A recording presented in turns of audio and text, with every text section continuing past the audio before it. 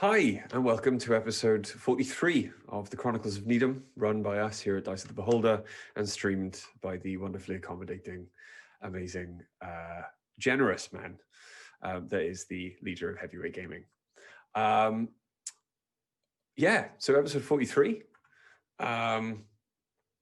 We're going to actually get stuck in almost straight away on this one. I'm sure those of you who watched the end of last episode were excited to see the wonderful cliffhanger. There aren't that many cliffs in the Underdark, but the wonderful cliffhanger I left the party on. Thank you, thank you for joining us again. If we want to bring on the rest of the players to say hi. Hello. Are you muted? There we go. They're not muted. We are without a couple of players this evening, but we will power through with experienced players Jaegering the other characters as much as they possibly can. That sounds like the others aren't experienced. That's not what you mean. Am I playing Ace? You can, or I can play both. I don't mind. I don't have anything to have Ace up on, that's all. Yeah, that's fine. I'll play both. Okay. That seems like Cool. a task, but okay. That's fine. I mean, I could always play Ace, but that seems kind of like I'm just reading a book then. Just self-indulgent. Yeah. I'll do all three. It's gonna be fun. You're gonna be a legend, Greg. Before we jump into it, though, thank you those who did, because I know a couple of people from here did come along to say hi this week while I was trying to power through Baldur's Gate 3. I'm having an incredible time playing the game right now. It is so close. Are you playing Baldur's Gate 3 then? I hadn't heard. I am a little bit, yeah. That's good. It is so close to the 5th edition rules that it's brilliant. It's beautiful, all of the spells. But there aren't bards. There aren't bards yet. Go watch the VODs on... I did not do the full 24 hours, AD. Thank you for asking and making me put that out there. It was quite difficult. But yeah, still haven't finished it. I'm about 52 hours in, I still haven't finished it. It's very hard. Greg, you're frozen. Oh, yeah, that's not good. Well, Rich, at this point, mate, it's just me and you. Okay. Hey, Greg's back. Oh, Greg's unfrozen. Okay. Hi, Cool. Yeah, sorry. Our internet's been a bit wild the last few days. Okay. I was just before I dropped out. I was saying that AD would have done the 24 hours twice and been awake for the whole time. Oh, yeah, he would have done. Yep. Yeah, legit. Thanks, AD. Yeah. But yes, so we are... before I get into it as well, I just wanted to mention, those who've been with the campaign for a while will know that I almost exclusively put encounters out on the wonderful and amazing artwork that is bound up in the books made by Loki Battle Mats. You can find them by just searching Loki Battle Mats on Twitch, on Facebook. They do have a shop, and you can go on there. They're also on Drive-Thru RPG if you prefer to play online with like Roll20 and things like that.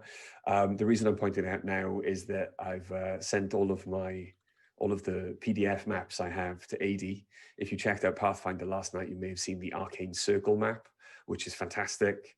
I've just had the Big and Giant Books Volume 2 sent through and already have, I don't know, a couple of hundred encounters planned for them for every page. But they're fantastic. Their customer service is wonderful. And they're releasing a new Kickstarter, I believe, in December. And I'm already looking forward to the artwork that's going to be in their Wilderness books. It looks awesome. But if you can, go check out Loki Battle Mats. That's L-O-K-E Battle Mats on Twitter or Facebook, and you can enjoy it as well. Or LokiBattlemats.com in the link that he's just put in the chat. Thank you very much, AD. Okay. Sorry, since you're doing plugs, do you mind if I do a quick one? Yeah, go for it. I just want to say that I'm playing today with dice that I bought from a friend of mine on Etsy, Blink Dog Dice. It's Blink Dog Dice on Etsy, spelled like it sounds. I don't know how well this is going to show because my lighting is terrible, but they're really beautiful. They're handmade. It's a small business, local small business that we should definitely be supporting at a time like now. And they're just really wonderful people. Some of my favorite people in the whole world. And the dice are amazing, and I love them. So just wanted to throw that out. Please check them out. If you're a dice goblin like me, it'll make you very, very happy. Do you know, I haven't bought any new dice for months at this point. I'm starting to feel a bit like withdrawal. Do you want to advertise anything before we jump in? Me? Oh, look at him getting snarky because someone else said something. No. I I was just checking. Yeah, I mean, no specific plugs, but I think what Greg said then was really nice, that support like local people, because Loki Battle Mats are a UK company, obviously. Blink Dog Dice, that took me way longer than it should have done to remember that. That was a Cardiff-based company. Or a Cardiff-based company, so yeah. Buy local, guys. And buy dice, lots and lots and lots of dice. Make me feel better about how many dice I buy. And also, one final plug while you're here, if you're new, even if you're not, go grab a friend, pop over to our YouTube channel, and we are 6 subscribers away from being able to change the URL. Please pop over. Anyway, without further ado, I think we should go over last week's episode. No further ado. So, Prince Abubu. Last time on the Chronicles of Nidum, after returning, obviously, to the city of Felder and confirming to the matron mother that you had solved the issue with the disease that was affecting the food that fed the people of the city, the matron mother had another request for you. You were allowed to sleep on it, but after a long discussion in the morning, you then confirmed to the matron mother during the evening meal that you were happy to go on a further quest into the Underdark, if not to both of the camps she was requesting reconnaissance on, perhaps maybe just one of them. Completely understanding your reticence to take on so much, she wished you well, gave you what aid she could, and sent you with her faithful ranger, Liana, on your way. You were unbothered as you made your way through the Underdark. Took you maybe a couple of weeks travel, a 10-day and then some, to get to where you needed to go. But Liana did warn you before approaching that you were coming up on the crossroads, the crux between the 3 kingdoms of the Drow, the Beholder, and the Mind Flayers. It was at this point that you came upon a man, human, old, emaciated, exhausted from running from something. It was when you entered the cavern of which the floor he was laying on that you discovered what he was running from, when an undead, zombified beholder came around the corner and started to attack you. You made effectively short work of it. Only a few hits it took to take it down. But then unfortunately it came back with a vengeance and attacked you again. It was only after soundly, almost completely destroying it, that it stopped rising once more. Unfortunately, there was no time to rest, no time to heal or recuperate from that battle, as a loud crunching sound behind you informed you of the purple worm that was currently collapsing the tunnel you had just come out of. Worried that the purple worm might then destroy the cavern you were standing in, you rushed forward into the crossroads, where, instead of being allowed to rest, you felt the floor below you start to rumble. Again, not being surprised, thanks to the perception of Oriana and the Sword of Warning owned by Ace, you were still a little startled, a little apprehensive when a Behir burst from the ground below you. Just by there. And made ready to attack. So, AD, if we can go straight to the battle camp, please. really want to. It's going to be fine. I mean, no, I like a bit of combat. Just not Excellent. Okay. First off, then, I would like everyone to roll initiative. While I do something quickly, give me a second. Bam. Greg, you've got quite a few initiatives to roll then. Yeah, fortunately, I set out 3 sets of dice exactly. And one of them is like a sort of teal swirl, courtesy of Blink Dog Dice. The middle one is a sort of purple and pink glittery one, courtesy of Blink Dog Dice. And the third one is kind of like a sort of galaxy nebulary thing, courtesy of Blink Dog Dice. So they're like, one of them is very appropriate for Sepsis, one is very appropriate for Charlie, and one of them is very appropriate for M. So like, I don't have to worry about, like, if I roll 3 dice at once, I know which one's each of us. I like to have it set out that way so that I don't like try and cheat and make the rolls that I want to be higher. You know? What is, please, the initiative for Ace? Ace, well, that would be a 12. Sepsis? Oh, that would be a 9. Dice? 20. Oriana? 9. Should have gone with armor. Okay. Very fortunately, then, Dice. You get to go first. I don't really want to. All right, I'm going to see this thing approaching. I'm probably going to panic, and I'm going to fling a cure wounds at Sepsis. Oh, thank you. Okay. Yeah, I really, as I recall, Sepsis really needs that. Also, I took a heck of a hit. Well, you are within touching distance of him, yeah, so that's fine. So, cure wounds. Yeah. 13. I know it's not massive, Greg, but it's what I got. It's a lot more than I had. That's true. And then I am going to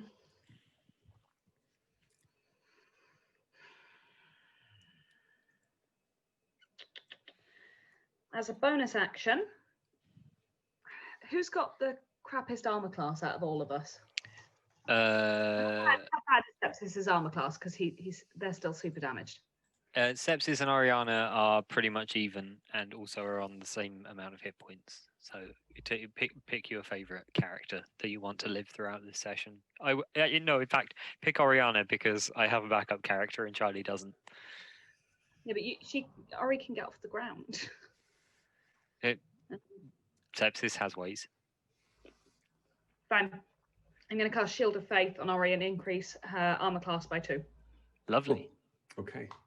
As my patron's gift, my first use of it. Epic. Okay. That's it. So I didn't do much, but I fixed some stuff. Okay, cool.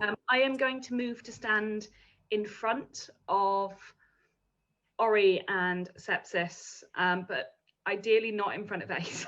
Although I'm going to be in front of Ace anyway because I'm looking at it. So who's the person right at the front, the grey one? Fives.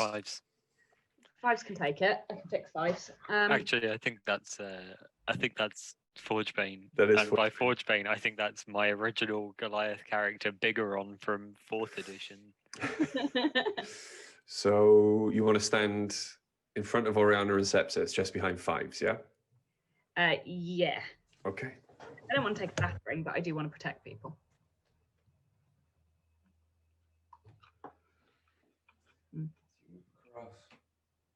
Just behind Fives. Yeah.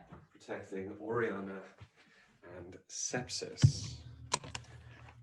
Quick confirmation, what armor are you wearing? Infiltrator. Infiltrator, not Guardian. Okay, just good to know. We were being stealthy. Excellent. Okay. Not excellent. So, you might all not actually be that surprised to know. That it came higher? It's the Behir's turn next. What about Fives and Liara? It's yeah, with their initiatives, it's the Behir's turn next. Oh dear. Okay, so. Wow, we're real clumped together. I'm almost certain that fucking thing has a breath weapon of some sort. It does not. Doesn't it? Nope. Oof, that's lucky. Okay, so the Behir. Oh, I lie. It does. Yeah. I expected it did. Okay. It certainly did when I ran it, but I'm not quite as kind as you. So the Behir No, he's going to opens his up, Greg. mouth and screams. His mouth is As it already does, open. I can see the model. lightning starts to form in its jaws. Is he using a popsicle stick? No, he's got measure sticks. As it Try forms, hard. it then lances out towards you. I would like That's dice, a straight line. Oriana, and I'm going to need Fives and Liana to roll a dexterity saving throw, please. Hey. Dexterity, you say? Are we within 5 feet of Ace by any chance? No. 10, isn't it? Is it 10 feet for Ace? I don't know. I think. Let me have a look. Thanks. Aura of protection. 10 feet. 10 feet. Yes. And So 1, 2, I think 3. All apart from Liana are. we don't care about Liana. She's not a player character. Okay. What does that do again?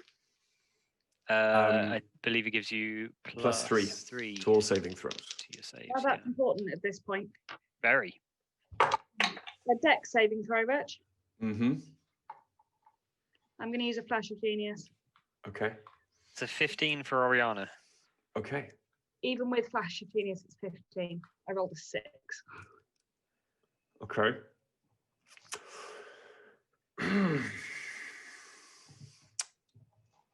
So I can take it. It's cool.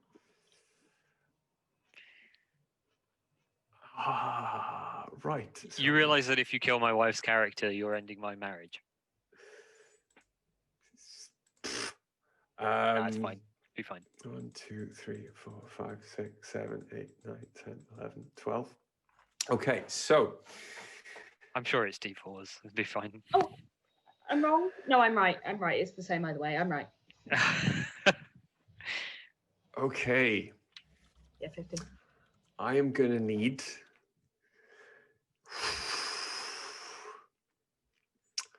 Fives, Liana, Dice, and Oriana to take 60 points of lightning damage. Hey, Rich, you're not going to like this. I'm unconscious. Charlie's also unconscious. Okay. So is Liana. Yes, boy, this is exactly what I'm talking about. This is a Someone fight. played within 10 minutes of actually. Fives is he's looking hurt, but he's still standing. This is a fight. Give me a second. So Right, Greg, this is a fucking massacre. Ah, be fine.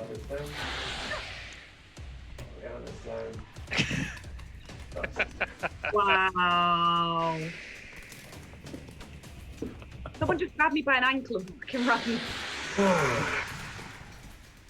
No, it's a really good thing I didn't order that new Hero Forge character. Yeah. Yeah. Charlie would like you to know that she's depressed already. I just like their character, it's okay. Whatever goes to them, okay. Okay, it is then going to rush forward. I'm kind of excited, personally.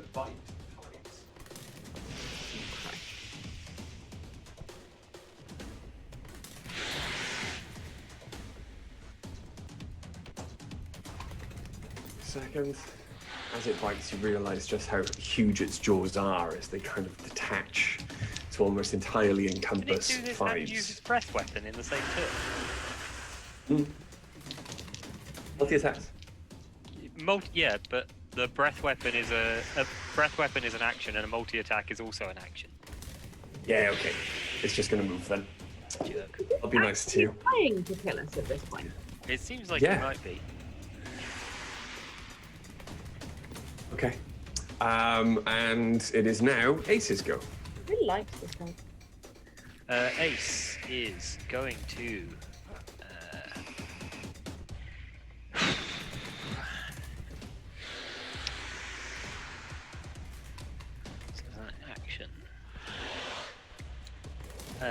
Ace will run to. I guess it's got to be Oriana. Run to Oriana. Okay. And use lay on hands. How much of their lay on hands are you dumping in? We'll say 10. Okay. So that brings Ori up. 10. Yeah. Yeah. I'm keeping track of all this in Notepad. You don't have to. Okay, cool. Track them. I'll tell you what to mark off at the end of the session. So Oriana is once more conscious and is not rolling death saving throws as Ace lays their hand on her, and you can see this soft glow of energy flow between Ace and Oriana. Yeah, and then Ace will. How much movement is it? So that would have been 5, 10, 15.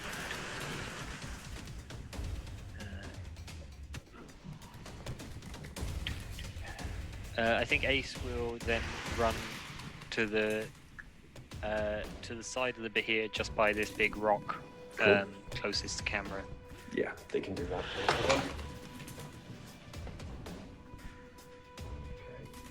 Okay, helping up Oriana. This runs to the side of the Behir and starts to try and harry it. Okay. Is that the end of Ace's go? Yeah, that's all they've got. Excellent. Okay, Oriana. Okay, so Oriana will stand. Mm-hmm. Using half of their movement. Yeah. And then where are they going?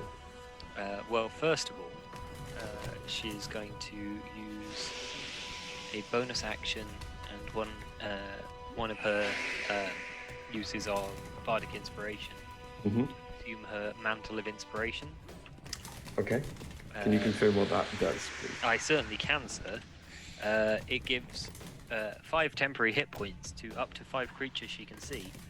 And each creature can immediately use its reaction to move up to its speed without provoking opportunity attacks. Excellent. Okay. So Oriana will give 5 temporary hit points to Dice, 5 temporary hit points to Liara, 5 temporary hit points to herself, 5 temporary hit points to Ace, and 5 temporary hit points to Sepsis. I will take 5 temporary hit points. Does that bring me back up? Yes, it does. Goody. What's your hit point total on 5? Well, yeah. I will say Go on. the temporary hit points do not return the character to consciousness. They do, Sure. however, make them stable. No death saves, but I'm still lying there. Mm-hmm. Are they not? I didn't know that. There's no death saves, but they're not up. Interesting. This is new information.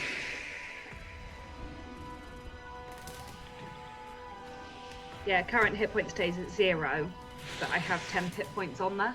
Okay, that's fine. Ace is going to use that reaction to move around behind the Behir. Okay. And Sepsis will use their reaction to move back into their away from the camera, and 2 steps back to basically be behind this stone step thing. Yeah. Okay. And duck down out of sight.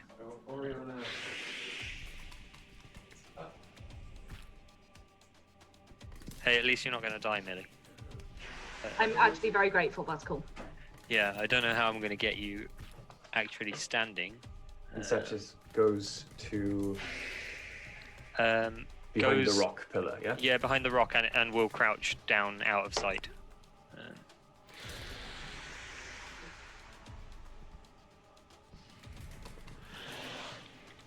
Sepsis, smartest move ever. Love that. Yeah, well, coward. I could have done that. Does Oriana use any of her remaining movement? Yes, Oriana will use her movement to fly up and back a bit. So Actually, you should just go 15 feet straight up. Hang on, I've got a... Thing from AD might still be rolling death saves. Oh shit. Interesting. It's really okay. I mean, I love my character, but I will always be happy to try a new one too, because let's be honest, D&D is awesome. Ah.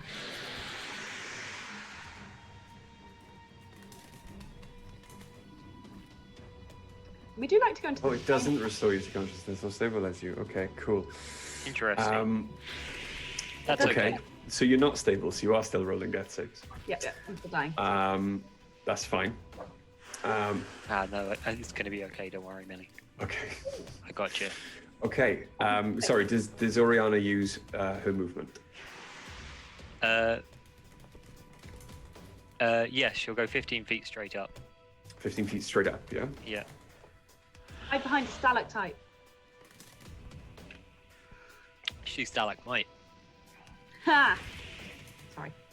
Yeah, she uses it to run the fuck away. Bye, guys. It's been nice knowing you. Small. That's still right. 15 feet straight up. Yes. Cool. Ah. I have got an eyelash in my eye. If anyone keeps wondering why I'm poking myself in the face repeatedly, it's not nice. No, I just assumed you were bonkers. Well, I am, but that's Oriana not flies 15 feet straight up in the air. And for her final trick, Oriana will also cast a 3rd level healing word on Dice Dvorak. Okay, cool. So 3rd level healing word is 3d4 plus 5. Oriana Dvorak. Dice Barcelona. Sorry. Yes, that's the one. No, you're married now. That's what this means. Foreshadowing. That was a terrible roll. It's 9 hit points, but you're conscious. Okay, I'll take it. Thank you very much. 9 hit No points. worries. Cool. Okay. Sepsis. King Love Bards. Yeah, sepsis, you say. I am no longer dead. Excellent. That's very good news. Sepsis will cast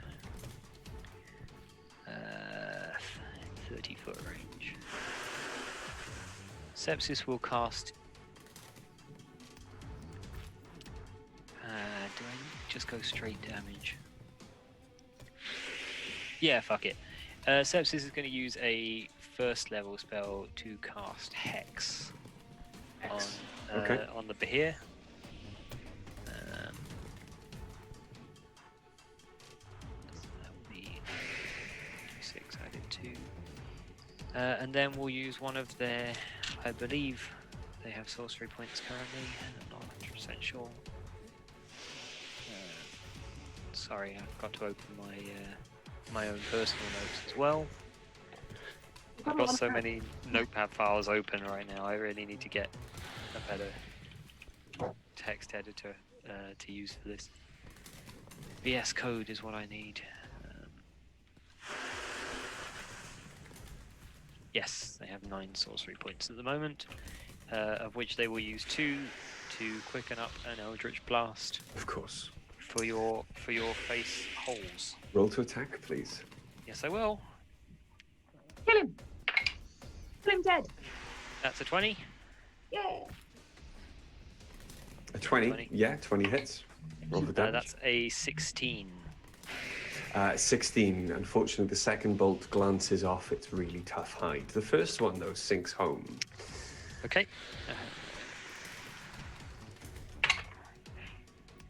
That is... that's only 8 damage. Not a great damage roll. Okay. Oh, sorry. Also, when I cast Hex, you get disadvantage on a type of check. Yeah, which stat are we looking at? We'll go strength.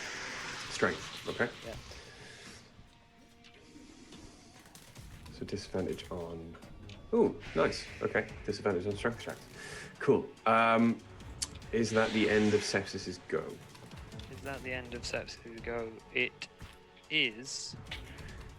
but I think I'm going to. No, it is. Yeah, that's the end of Sepsis' go. Okay, cool. No problem. That's fine. It is 5's go. Realizing, obviously, with his military training, that his ranged weapon is useless, he is going to pop out his arm blades and attempt to strike. Frankly, that would probably be a better call most times. Flanked. What?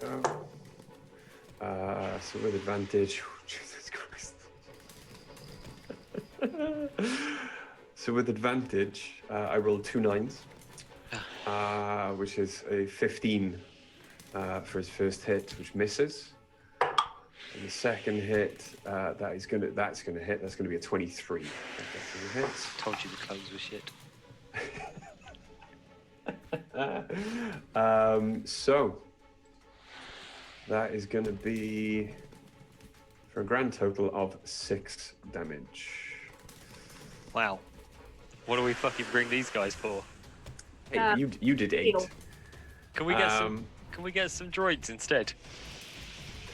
Liana is going to roll the first death saving throw. What did I Don't do? care. Not a player character. Don't give a shit. That is a 14. That's a success on Liana's first death saving throw. Okay. And I believe that is back to the top of the round. Dice. I'm going to use half my movement to stand up, Mm-hmm. and then I don't really know where to move to for the best. I'm going to move. I want to move away from it, obviously, but I'd like to be behind cover, but that's not going to happen on half movement. The stone just to confirm that the stone pillar that Sepsis is hiding behind is about 10 feet tall, but it has that platform on top of it. If you wanted to like try and climb up or I've only get got away half movement. I've got 35 feet of movement, but half of it's already gone. this turn, Yeah. I'm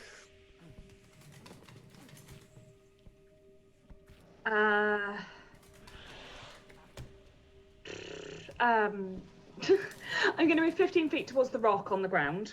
As I'm going, I'm going to look at Liana sort of with guilt in my eyes, and instead of casting Spare the Dying, I'm going to attack with my lightning launcher twice. okay. Which rock on the ground? Oh, the one behind the Behir. Okay, and the lightning launcher is a ranged attack. It is, but I'm not going to go within 5 feet of it. I don't want to cuddle it. Okay, cool. So, Believe me, I don't want to take an attack of opportunity here. I'd die.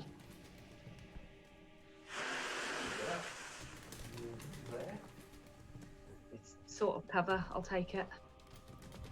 move there. It's cover-ish. I'll take it. Yeah, I'm going to fire the lightning launch twice. Cool, go for it.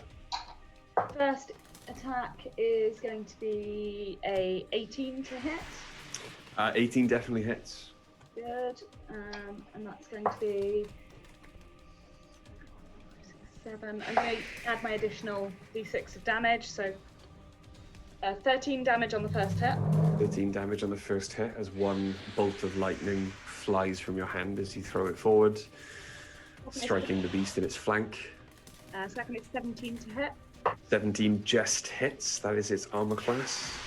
Good. Ooh, hang on. I apologize. The first hit. Yeah. I'll let you reroll the second, or change your mind if you want to. The first hit, Yeah. as the lightning touches its body, Yeah. Okay. it dances over it with no effect. It's new. Okay. Sorry. I apologize. Yeah, it is lightning damage. Damn it. Okay. See, I get 2 attacks per action. Mm-hmm. I've done lightning launcher. Can I do crossbow as the second? Normally, Yeah. it'd be 2 attacks with crossbow. As long as your first attack, or as long as your first part of the action is an attack, you don't have to use lightning launcher on your second one. Oh, but my hit is much, much worse using my crossbow these days. But I did roll a 17. I re-rolled it, so I. That hits. Roll for damage with the crossbow. Oh, nice. Actually, more damage than I'd rolled originally. 12. 12. Okay. So 12 points of damage. And it writhes in pain and turns and stares at you because you were the last to hit it. Yeah, that's fine. I mean, if I go down again, I go down again. That's it. Is that the end of your go? Yeah. Okay. There we go. And so, this, unfortunately, this coiled serpent, or draconic serpent, has reach. So without moving, it just turns slightly, without moving out of range of Fives or Ace, and makes a bite attack against you as its mouth launches forward.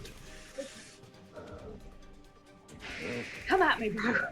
I can take it. Okay. Um, That is going to be a 26. 26 to hit. Mm-hmm. Shield. No, there's no point. My armor class is 19. That would be plus 4.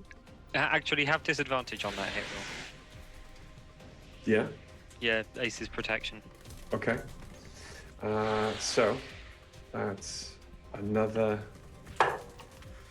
That's a natural 20. So I think we'll go with the original 26. It hits. I can't even. Shield adds 5 to my AC, which would make it 24. I can't block that no matter what I do. Okay. No. So I'm You not going to take- block myself here.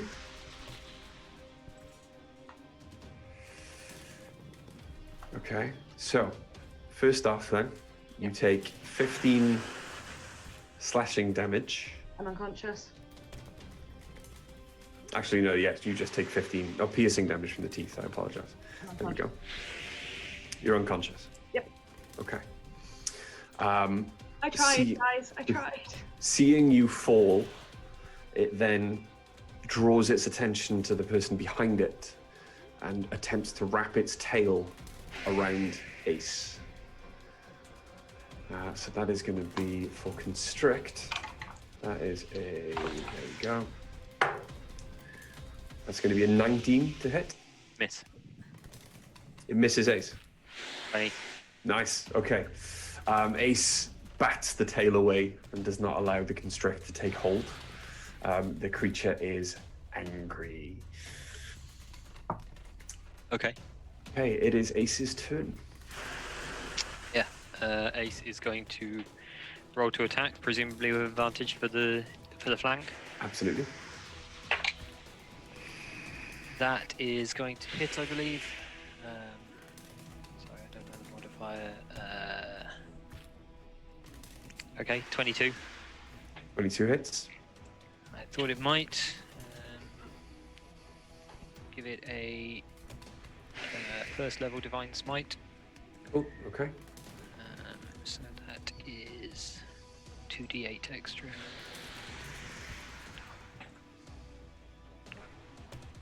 And an additional d6 for the lightning damage for Patron's Blessing.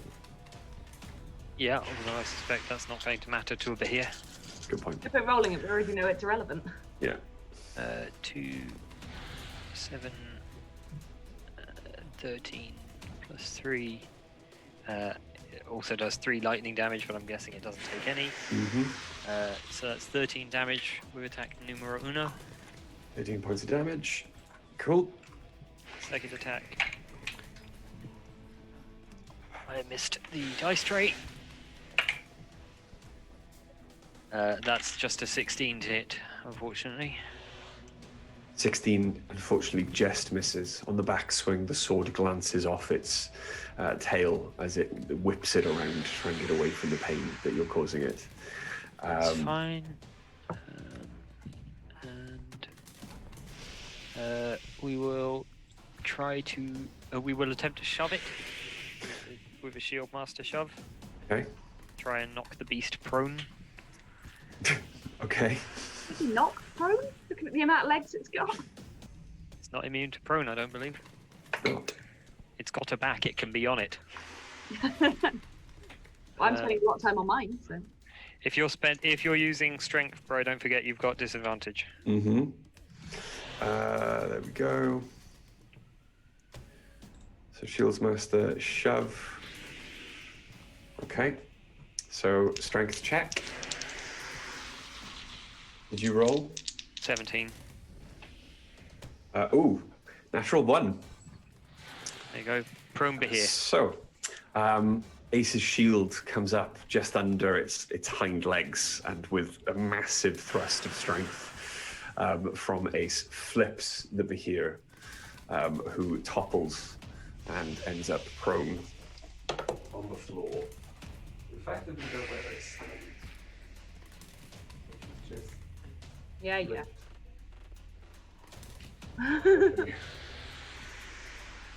She's flipped the Behir with that. Okay, cool. So, Oriana. Okay, Oriana is going to do a first level healing word to pop dice back up. Okay. Thanks. That is only 6 hit points, but you're conscious. I don't care. It can be as few as you like. That's cool. Yep. I thought you might see it that way. Mm. I do. Out. And then Oriana will use 2 sorcery points to quicken a.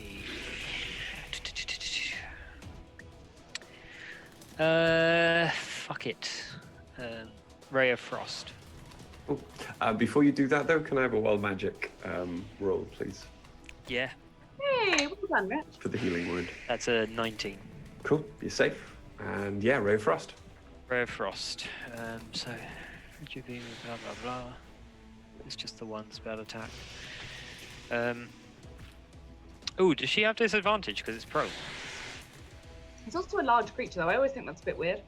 It's prone and is going to find movement more difficult. I don't understand ranged attack on prone, because prone figures are, and Oriana is up in the air. It makes sense if you're both on the ground, but because Oriana's got that height. So I'm not going to say Oriana has disadvantage on this attack, because it's very situational, that rule. Yeah. It's a big miss anyway. Yeah, what you roll? Not much. Okay. 11. Cool. And does Oriana want to move, or is that the end of her turn? Oriana will move back slightly, say 3 squares back. Okay. away Back from towards him. the entrance, yeah? Yeah. Okay.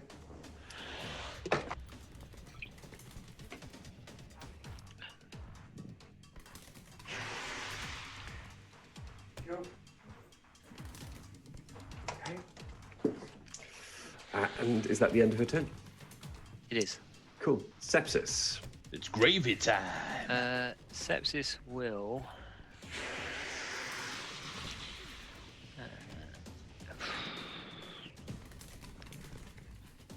I mean, what's the point of having Chaos Bolt if you don't cast it at 3rd level occasionally?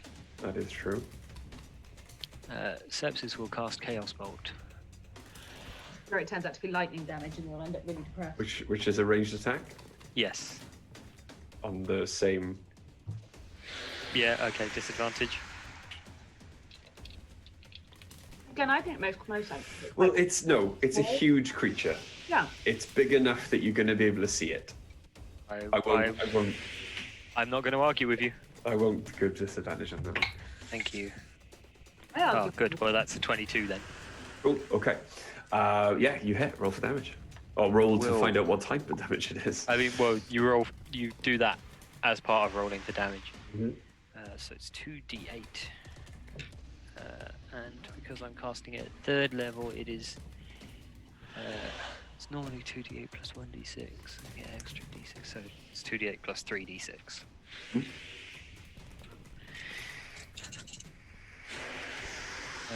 Those d8s are a 7 and a 4, so Oh, we're gonna go with force damage. Absolutely. Cool. Okay. That is 16.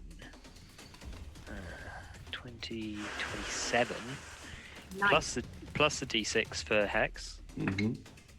29 29 points of damage on that one. Excellent. Okay. We got Yeah, for it that. feels pretty good to me. I like it. Yeah. And with your bonus action? And with my bonus action, I'm going to burn 2 more sorcery points and quicken a, believe it or not, Eldritch Blast. Cool. Go for it. I will. That's a 19 on the first one. Mm-hmm. 19 hits.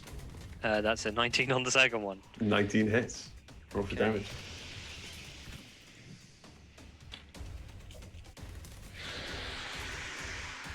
That is 5, 7, 13, 19, plus 4 on each bolt, 27 damage.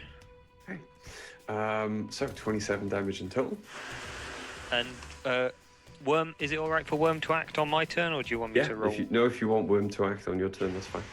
Worm is going to take a potion of healing out of Sepsis' bag and deliver it to Dice. Cool.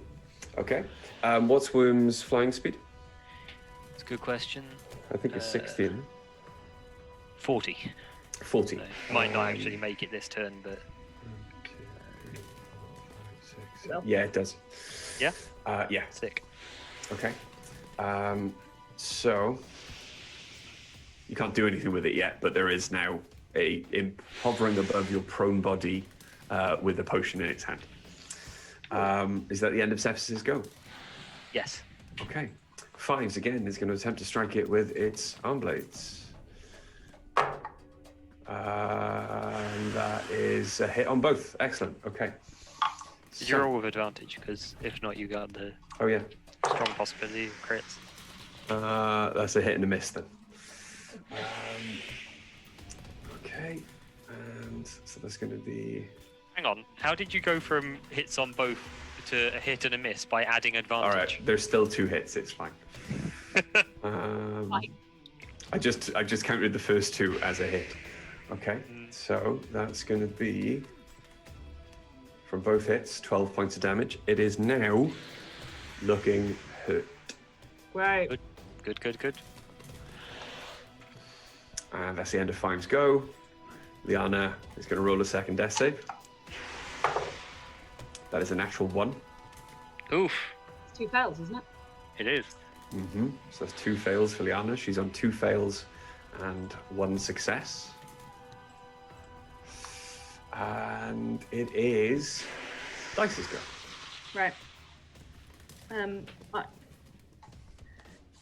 going to stand up, obviously. Take the potion from Worm. Now, it's bonus action to drink it, isn't it? In our rules, yes. Okay. Going to hold on to it. This could be just unimaginably stupid, but that's fine. I'm going to cast Sanctuary on myself. Sanctuary. Can you describe for the benefit of people watching what Sanctuary does? Yeah, Sanctuary is a bonus action. It wards a creature within range against attack. Until the spell ends, any creature who targets the warded creature in attack or harmful spell must first make a Wisdom saving throw. On a failed save, the creature must choose a new target or lose the attack or spell. Doesn't protect them from area effect, Okay. but that's cool. I'm going to hold on to the healing potion. Okay. And I'm no longer, it's prone. Like, It is. does it get an opportunity attack if I move? It does, it should. Well, it's prone. It can still hit you. It can still lash out. It's only on the floor. Wonderful addition to Baldur's Gate 3, by the way, is that they can't. Died a couple of times because of that. I can't fix Yana. I can, but I'll take an opportunity attack, but it would have to get around the sanctuary to actually hit me, but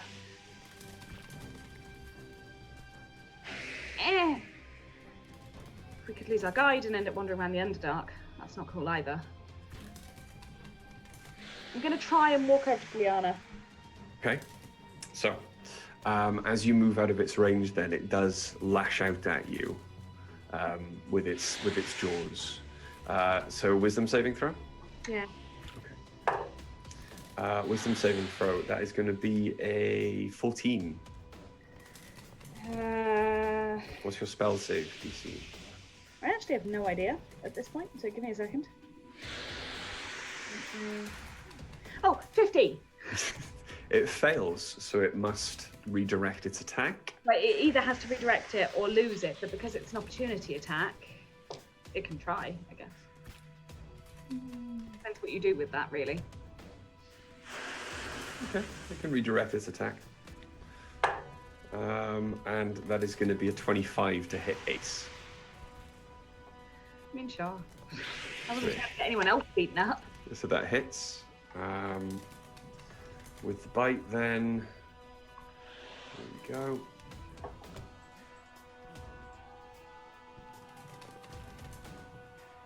Ace takes 18 points of piercing damage as the jaws, out of nowhere, just snap around their leg. They're fine. Yeah. I'm going to get to Liana and I'm going to use Sped Dying. Okay. A cantrip. Cool. So you're going to stabilize Liana. Yeah, because Sanctuary's bonus action, Sped Dying's an action. Cool. Yeah, and I'm going to sit there under my Sanctuary. Cool. It lasts for a minute. It's not concentration, I don't believe.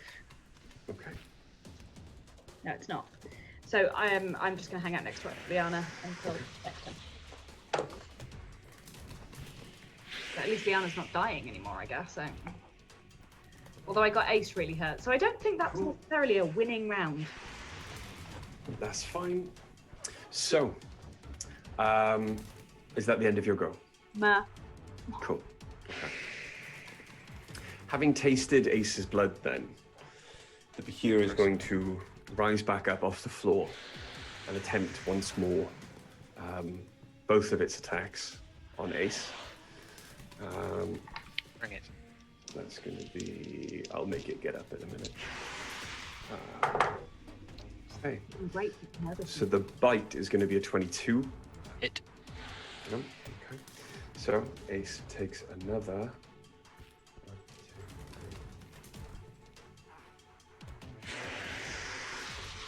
16 points of damage, piercing.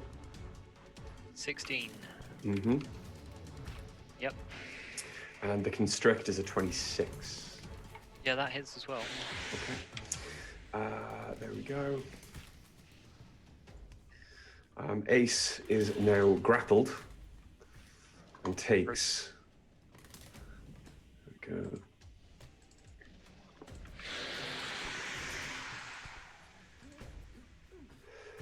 Ace takes 3 points of bludgeoning damage as the muscles of the tail start to coil around them. However, they then also take 18 points of slashing damage from the barbed scales as they start to pierce the soft points of their armor. Okay. You can chill now. It is Ace's go. They are grappled. Well, they're restrained. Greg, this is all your fault. Because I taunted him for weeks on end. Yeah, although, you know, the general consensus online is that an opportunity attack can't be redirected after a failed Sanctuary save. But, you know, that's your call. You're the DM. I can't even argue with you. Oh, it's done now. Your research wasn't quick enough. Oh, yeah. It's supposed to be against a valid target, and the reason you're a valid target is because you've moved out of reach, providing an opportunity for attack. No one else has. But it says attacks another target or loses it. It doesn't say unless it's a valid target, it loses it. So I'm going to go rules as written on this one, and it's already happened. So yes, Ace. Sorry.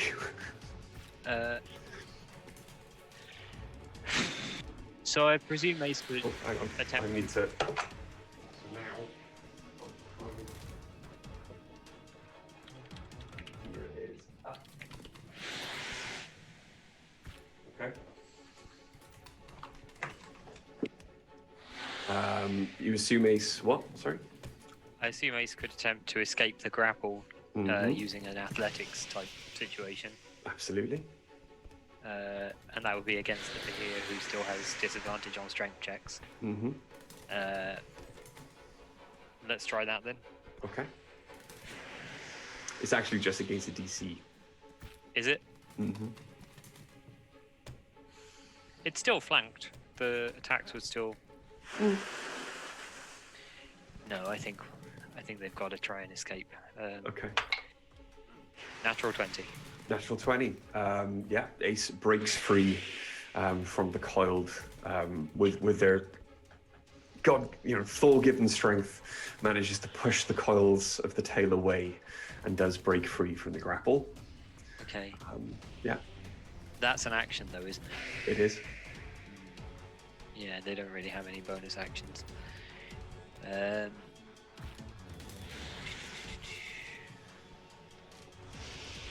That's it. Okay. It is Oriana's go. Oriana. It's time for Oriana to start busting out those 4th level spells. It's going to be Chromatic Orb. Chromatic Orb. Okay. I'm going to take Tides of Chaos on this one. Tides of Chaos. Can you Yep. please, for the benefit of people watching, explain what Tides of Chaos does? You can say it's for your benefit. I don't think anyone. I've got Oriana's sheet up in front of me. I know exactly what it is. Once per long rest, you can gain advantage on one attack roll, ability check, or saving throw before you regain use of this feature. The DM can have you roll on the Wild Magic Surge table after you cast a 1st level or higher spell. You then regain the use of this feature. So advantage on this attack roll. Mm-hmm. That attack. Which is a good thing because one of those rolls is a 2. But with the other one, it is... Oh, 20. No, Okay. 22, in fact. Cool. 22 definitely hits. Roll for damage. I will. What type of damage? Let me see what my options are.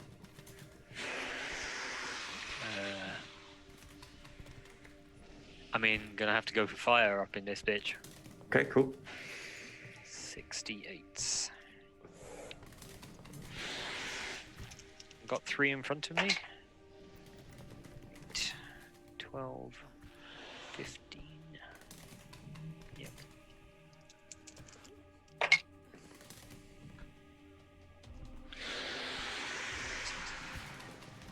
22.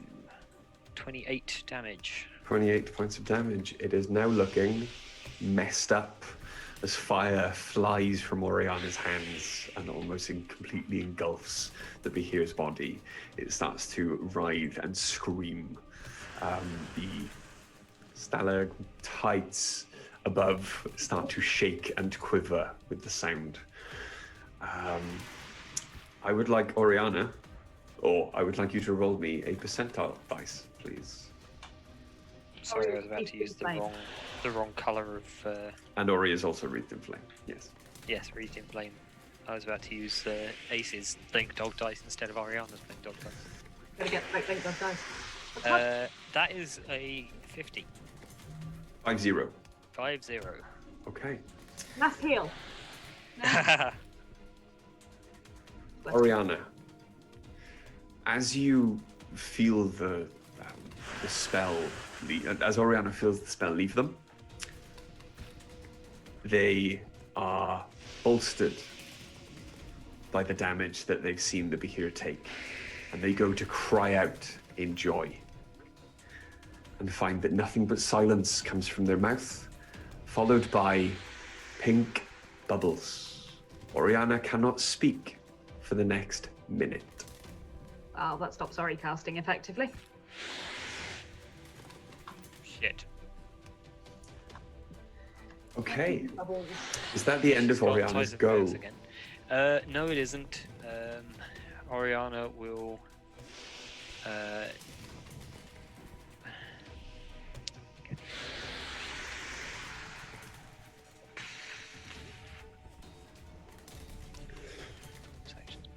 thought this is going very well.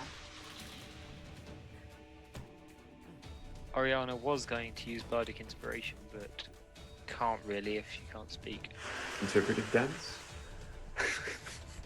It says a creature other than yourself within 60 feet that can hear you. Yeah, I know.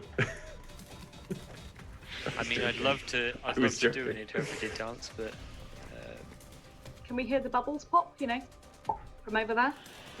I am inspired by the popping. in fact, Whoever. Oriana can assume Mantle of Inspiration again, so she'll do that. So that's 5 temporary hit points to Ace, Dice, 5s, and Sepsis, and Oriana. Okay. Oriana Actually, then... sorry, no, some of that was stupid. 5 temporary hit points to Ace. Has 5s been hit since last time? Not since last time, no. Okay, 5 temporary hit points to Ace, Dice.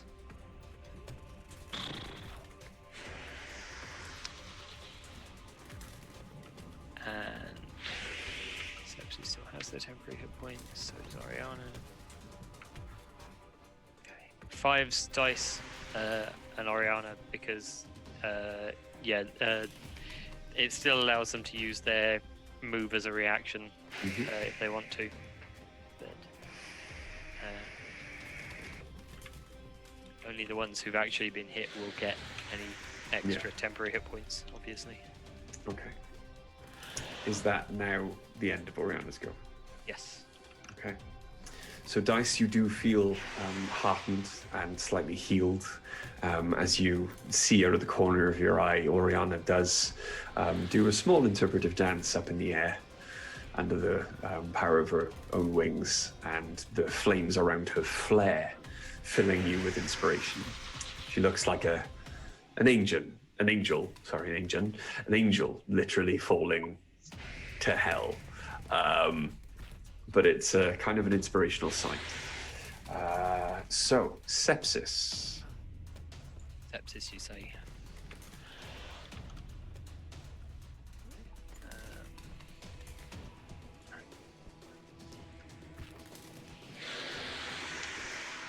Sepsis will...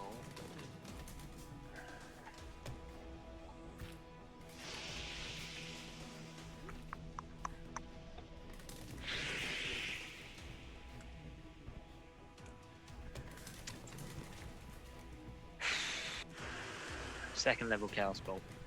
Cool. Go for it.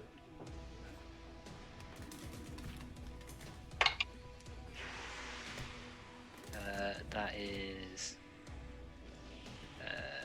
no, that's a miss. It's 14. Oof, okay.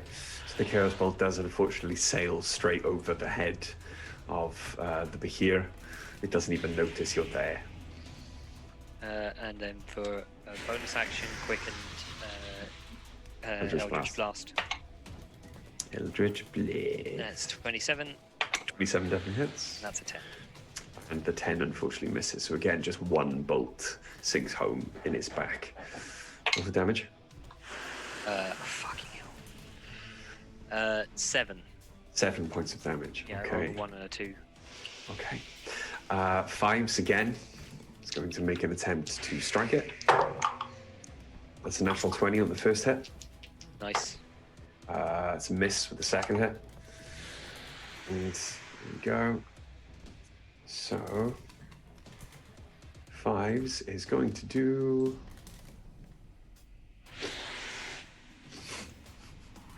5s does 5 points of damage because you rolled a 1 on the damage dice.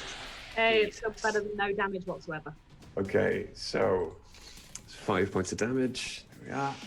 And Liana is stable. Yep. Can't do anything. Dice. Okay, on the basis that Liana's not actively currently dying, as a bonus action, I'm going to down the healing potion I've been holding for a round. Oh, okay. Greg, what sort of healing potion was it? Just standard. The standard. What's that, Rich? I don't use them very often. Standard healing potion, I believe, is 2d4 plus 2. Could be. Could be 1d4. I have no idea. Give me a second and I will find out. I feel like I should know this.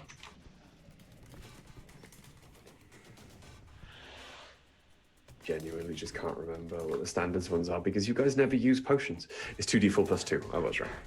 Yeah, so that's 4, 5, 6, 8.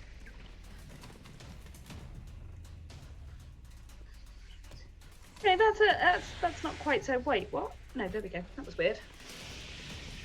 Computer being odd. I am going to. Hang on, where am I? Right, 5, 10, 15, 20, 25. Right, I'm going to move behind the rock, directly opposite the Behir. Okay. Behind the rock. Okay. On the way, I'm going to fire my crossbow at it twice. Okay. Go for it. Because I would like to do some damage in this round where I'm not just lying on the floor being all unconscious and stuff, at which point my sanctuary will drop, by the way. I can't have active after making an aggressive action. Right, first one is 13 plus 15 to hit. That doesn't hit. Second one is much better. That's 16, so it's 18, the second one. 18. Yeah. Okay. 18 definitely hits. Both damage. Yeah, that's going to be 9 damage. 9 damage. Okay. Yeah, and then I'm going to go and hang out behind this rock and like not be there. Oh, okay. So you scurry along. Scurry being accurate. Hide behind a rock, more than 10 feet out of its reach. And is that the end of your go? Yeah. Okay. So, the Behir, enraged now, looking messed up, hurt, is going to attack its easiest target, which is Ace. Disagree, but carry on. So, the first hit is going to be with the bite. Is going to be a 21. It's a hit. So there we go. This could be it for Ace. Ace takes 14 points of damage This isn't it for Ace. from piercing, and it is also then going to attempt to constrict Ace again. This also could be it for Ace. Which is going to be a 14. That is not Misses. hit. Okay. Ace lives. And it gets its lightning breath back. So, Ace. Well, gonna take some swings. Okay. So this is add advantage for the flank, I believe. Mm-hmm. That's a natural 20. Yay. Roll to hit. Oh no, roll for damage. I will roll for damage, and I'll also use Divine Smite. a second level divine smite, exactly. So that's Ace's last second level spell. That is Ace's last second level spell. I'm still tracking them. You don't have to do it. Cool. Divine smite. So that is 3d8 for that, plus 1d8 for the sword. Mm-hmm. So that's 4d8, otherwise known as 8d8.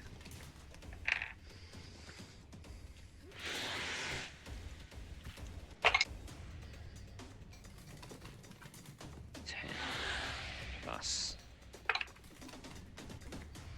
That is 33 damage. 33 points of damage. 33 points of damage. Could you please describe how Ace finishes off the monster? Yeah, Ace is going to sort of wipe blood off their face and just snarl and take a sort of lurching, staggering step towards this thing with very little hit points, and just leap into the air, swinging their sword in a glowing arc straight through its fucking neck. Excellent. Okay. If this isn't a time for a beheading, I don't know what is. And as Here, Ace, but they're beheaded. and as Ace does, then the Behir rears up, almost inviting the strike as it tries to get away from them, but not quickly enough. And as Ace lands, your heart skips a beat, but then you hear the soft, wet thud of the Behir's head land gently on the floor afterwards, and its entire body sags to the ground, dead and still.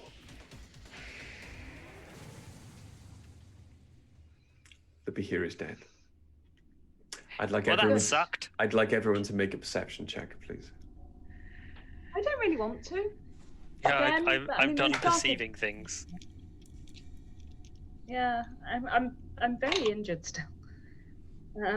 So's Ace though, so I haven't really got a leg to stand on.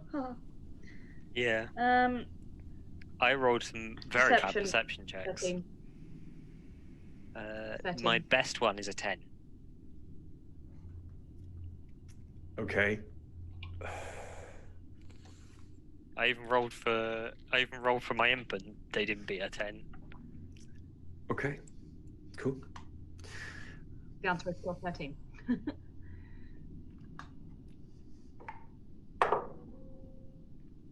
Okay. Dice. Yeah. As you are taking in the scene of carnage, your injured friends, and kind of absorbing everything that has just recently gone on. Whoops. Did you go through something else after this? You notice, out of the corner of your eye, just off in the distance, behind one of the shimmering arcane pillars, a small, floating, fleshy sack with some small circular protrusions sticking out of the top of it. Does it resemble anything I've ever seen, this fleshy sack? It very much does. It looks like an incredibly small, less eye-stalked version of the zombified beholder that you killed in the last room. Roll me a nature check. Okay. Now that is 24. A 24? Yeah. In your research in the past, while you were back in Nidum, you heard of beholders, you read about them.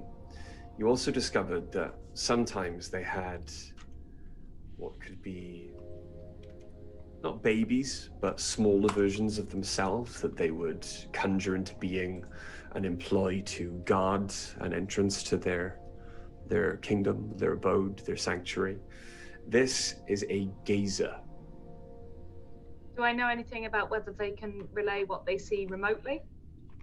Unfortunately, you did not have enough information, or the book you were reading did not have enough information.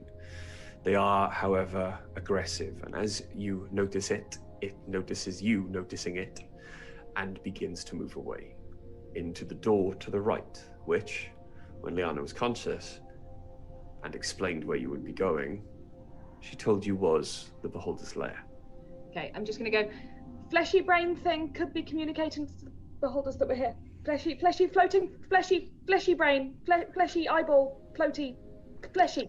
Okay. Yeah, Sepsis is going to cast suggestion and say, "Hey, why don't you come back here and have a chat with us?" Okay.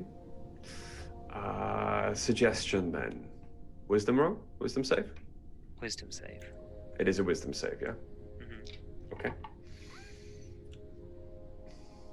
Rich, while this is going on, I want to cast Cure Wounds on Liana. Okay, cool. So, as it attempts to fly away, and you, Sepsis, call out to it, it stops, hovering in midair, turns, and moves towards you. Fleshy thing. Do I get the impression that the suggestion worked? You do. The suggestion has taken hold, and it stops in front of you. It rolled a 4. Sick. That doesn't beat 15. No. Hey, what you doing, buddy? It stares at you, blank-eyed. It opens its mouth, but all you can actually hear is It does not, to your trained ear, sound like any language you've heard of. Anyone got anything to interpret random languages? At this point, I am going to cast Cure Wounds at Liana. Okay. Maybe if I had a little bit more magical juice, I would. Roll the healing for me. She's only getting a level 1, I'm afraid. Okay. So it's 8 hit points, but it'll at least get her off the floor. 8, yeah? Okay. Cool. I think we need some advice on this creature. Liana's eyes flutter open. Guten Tag. Hey. So wie wann? Well, Ace 1, I lay on the floor a lot like you. Good. I'm going to stay here. It is comfortable. Actually, we need your advice. Come here. I'm going to walk over and pull her up and make her look at the eye. That is Geyser. Kill it now. Before any spells you are using has worn off. Kill it now. Kill it. Okay. We'll kill it. Okay. Yeah, you sit here. I'll go over to stand by Sepsis to help. But has Oriana's minute worn off? By this point, Oriana's minute will have worn off. Yeah. Excellent. Okay. Well, it starts to look aggressively towards you, Sepsis. I'm going to shoot it with a crossbow twice from over here. Suggestion lasts 8 hours. Yeah, you just told it to come over to you. Yeah, and have a chat with us. It can't speak. It doesn't. But it doesn't have a clear end point. Yeah, that's okay. Fine. No. All right. If suggestion, right. No, that's fine. If suggestion lasts 8 hours, that's fine. I said crossbow. I meant lightning launcher. As soon as I see dice do that, I will Eldritch Blast it. Okay. And Oriana will also. Okay. Lightning launcher. Then roll the hit. Ray it. Yeah. So first one is going to be 20 to hit. 20 definitely hits. Roll for damage. Is it surprised by this? It is. So that's these are crap. 9 damage on the first hit. Mm-hmm. Second attack is a 17 to hit. It hits. Yeah. And that's going. This one only rolls 3s. Right, I've just rolled it 4 times and gotten 3. Anyway, that makes it 7. I'm going to use a different dice moving forward. So 14 points in total. Yeah. Okay. Slinging then 2 lightning bolts straight at it in quick succession before Sepsis and Oriana can even muster their magical energy to make a spell attack against it. It absorbs both lightning bolts and just explodes. Ica flying everywhere in a 10-foot radius. Sepsis, you are covered. Gross. I'm sorry, I didn't expect that. Nor did I. They leave the geysers at the door as watchdogs. There is also another one you will see just inside the door to the Mind Flayer Kingdom. Okay. Yes, I don't think we intend to go through that door. Do they communicate telepathically at all? The geysers do not. The strange one that the Mind Flayers have created would do, but only what they can see. It is well, if you want to go in and look, as long as you stay out of its sight, it is normally chained to the wall. It is a small, I believe they call them spectator. I really don't want to.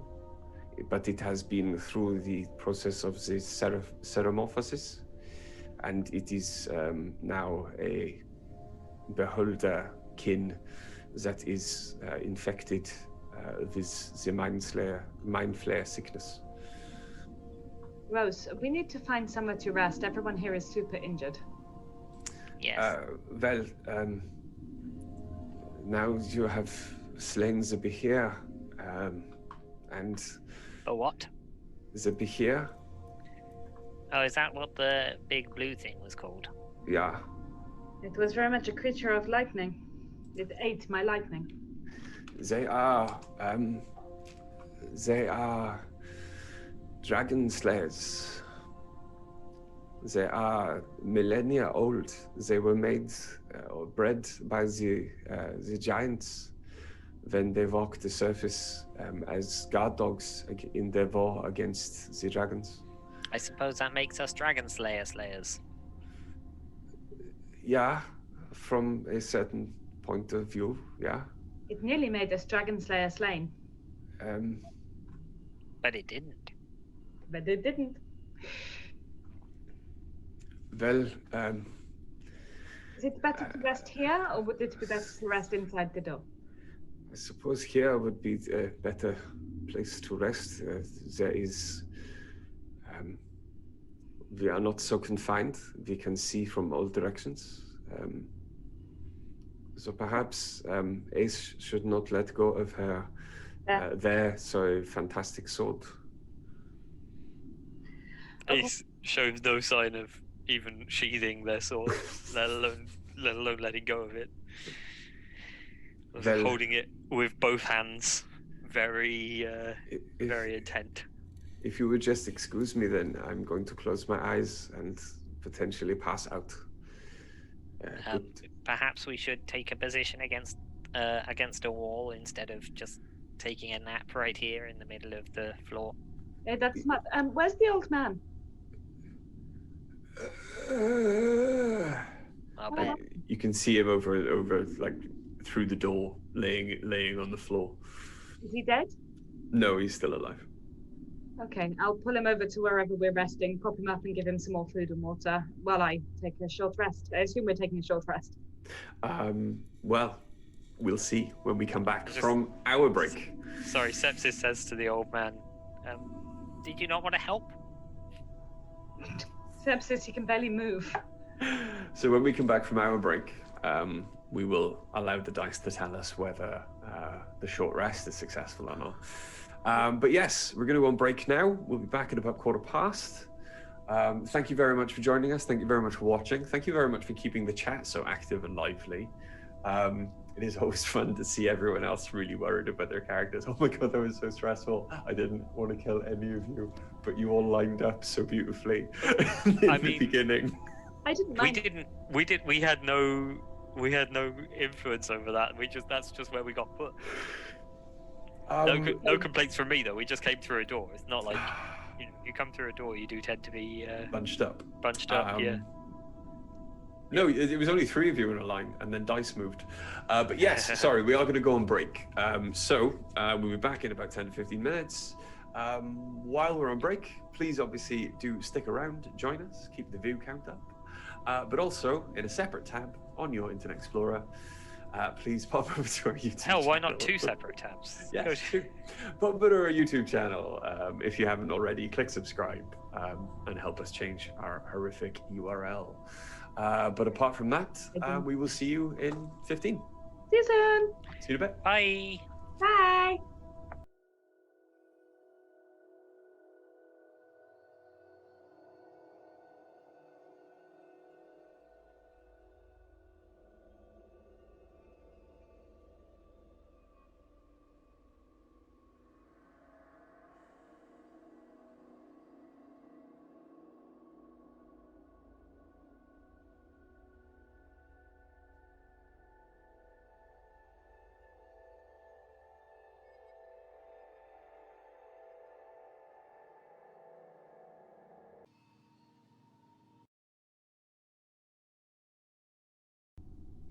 Hello, and welcome back to part 2 of. I should really smile when I'm waiting to be told that we're coming back in.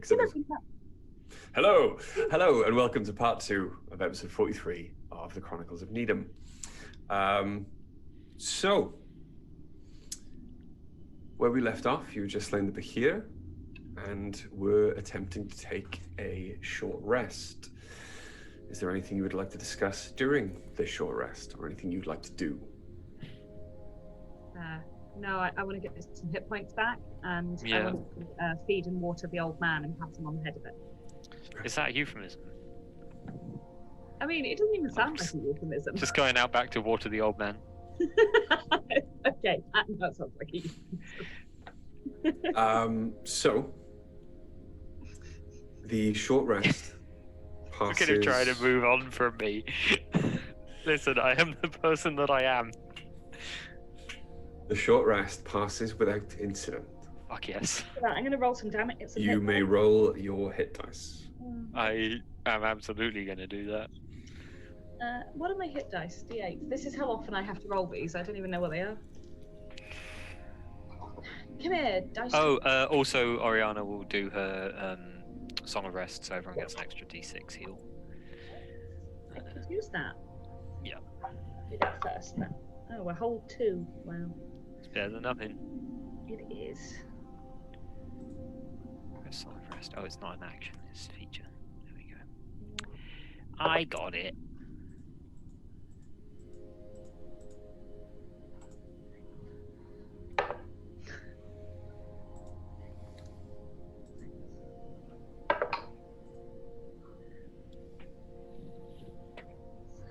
Sorry about the mathsing, everyone. Yeah, this is thrilling. I'm sure this is real good content. 2, 5, 7, 14. Every one of those is. Do you know what? That'll do. I will take that. Fives is back up to full. I think sepsis is very close to full. Used 5 hit points. I managed to get most of the way back up. 5 hit dice, sorry. Bro, you're gonna have to tell me what hit dice Ace has, because I can't see them. No problem. Ace has a D10 plus 2, Yeah. and they've got 8 of them. Yeah. Okay, I will roll. I think I've done something dumb. Hang on. I'm gonna roll 4 of them straight up, and a D6. I did do something dumb. It's nice. 19, 24, 30, 3, 28, I actually only used 4 hit dice. 44. Okay. Was wrong, basically. So it now says I've used 5, but I haven't. Can I reset that? You can unclick it. No, you can't. Okay.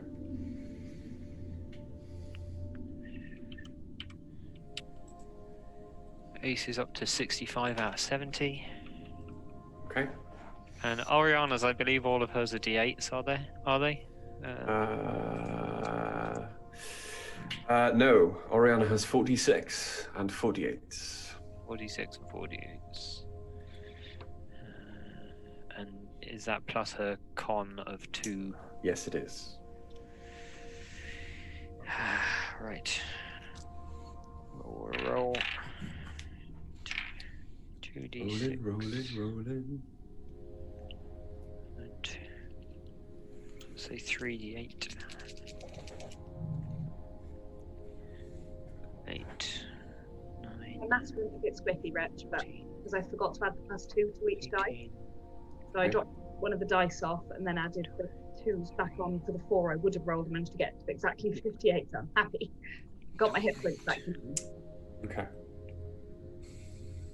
30, 32, 34, 36, 38. Oh, Oriana's easily back full. Oh no. Alright. No, I was looking at a character sheet and not where I've been tracking her hit points. So she's just shy of full, in fact.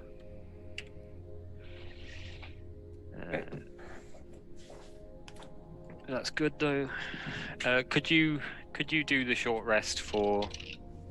Oh no, never mind. Don't worry about it. I don't think either of them regain anything on a short rest actually. I'm trying to decide whether Guardian Armor or Infiltrator. Hey, Liana, Yeah. are we still going to be stealthy when we get inside? Have we been so far? I would recommend stealth. Yes. That's fine. It just depends whether I change my armor to different state or not, but to be stealthy, I need this one. But I'm less able to take hits in this one.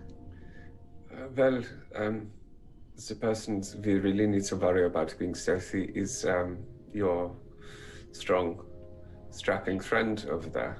No, if I change to my other form of armor, I am as unstealthy as Ace is now. Well, I'll stay like this. It's okay. That's probably best, yes.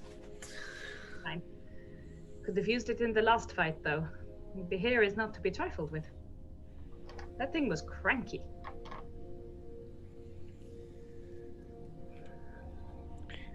Does anybody know how we're going to leave now? Oh, we're not leaving. We're going into the Beholder Kingdom, but maybe we can find somewhere for you to wait inside with some food and water until we come back. Then we'll take you to the... But that's where I just came from. Yeah, I know. I'm pretty sure. I thought you told us you came from the Illithid place. He did. Originally, yes. But then you went into the Beholder Kingdom and then you started heading for Felder? Well, That's a pretty substantial wrong turn there, friend. Well, let me start at the beginning. Are you telling me that you accidentally ran past the Behir? No. To be fair, There's another way. This is not the only entrance. Do you think you could have mentioned that before we just almost got killed by a giant leggy snake you may not have lightning beast? We were running. Okay. There wasn't much time. It was time. I forgot his name. Did anyone write it down? No, give him a new one. Call him Gethin. Does he sound like a Gethin? Yes. Sure. Very well. Get right then. No, Gethin. So, I have been a slave of the Mind Flayers for a long, long time.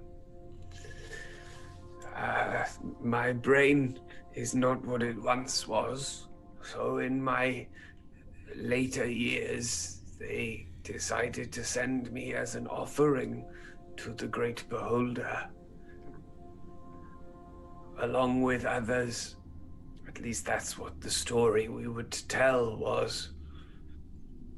What were you actually, if not an offering? How eloquent. The Mind Flayers covered the magical power items that the Beholder is amassing, and we were sent to infiltrate and steal. But my party was caught. I managed to escape and hid for a long time in those tunnels, in that warren that the Beholder calls a home, in the dark. The Beholder, I thought, saw me at one point, but as it stared in my direction, I felt a click on my wrist. And he holds out his arms, and one is heavily scarred and exhibits what would be like the signs of a very tight metallic bracer being around it for a long time. And the bracer is gone. So we've heard they have the ability to turn off magic, so in staring at the bracer, it just broke the magic on it. I was in his gaze, and then he turned and left. I thought I was doomed. But when I tried to leave, some of its pets saw me, and I had to run, and you saw what was sent after me. All right. We can't take you to Felder yet. We have to do something in the Beholder Kingdom. But perhaps if you are still alive when we go to leave, we'll take you with us. I don't mean to put you at risk. You can try and make it on your own. Ace has a very sharp sword. They could cut the belly of the Behir open and you could hide in its guts. What if something came to eat it, though? You know? We have a small problem here. Agreed. This man, Gethin, yeah. He has survived the tunnels of the Beholder's Kingdom, which is something none of our people have ever been able to do. He may be able to recount his way through the tunnels.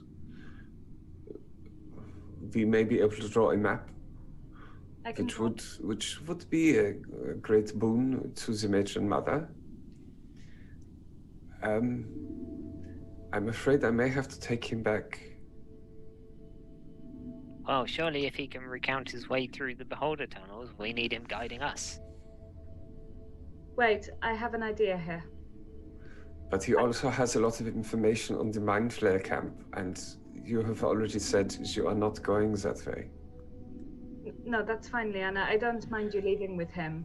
And I'm going to very quietly say to Sepsis, look, she's not that much use in a fight anyway. It's better if she stays alive so we can get back to Felder later, okay? I'm going to make sure she doesn't hear me. It's very quiet. Liana, I could perhaps take some notes on the map for a route through the tunnels. Will you return to take us back to Felder afterwards?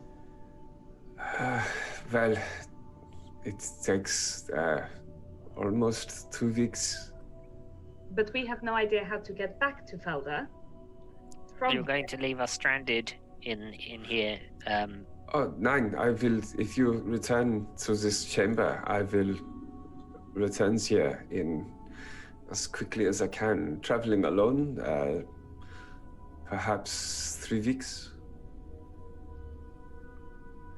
I mean, I don't know. It'll have to do, I think. I do this. You are all much more capable than I. I'm sure you will all be fine. That's very comforting. Thank you. Your endorsement fills me with confidence. I'm glad. All right. I actually would look. I don't want to let an old man die while he waits for us to maybe come back from what may be a deadly trip anyway. At least somebody gets to live. Do you have any questions for him then before I take him? Gethin, where do we go? I'm happy to spend some time like drawing a rudimentary map and discussing with him, but ideally some directions would be great. Okay, you can do that then if you want to. Roll me an intelligence check. A straight intelligence check or an intelligence check with proficiency? Proficiency, because you have your tools. Yeah, that's much better because I get double proficiency. Okay, intelligence check. Well, that's cocked horribly because I rolled it on paper for some weird reason. Don't know why I did that. I have a dice tray. 19, 20, 21, 22, 23, 24, 25, 26, 27, 28, 29. 29? 29.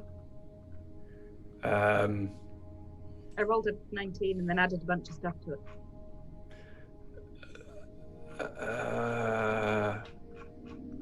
Then, yeah. Give me a second.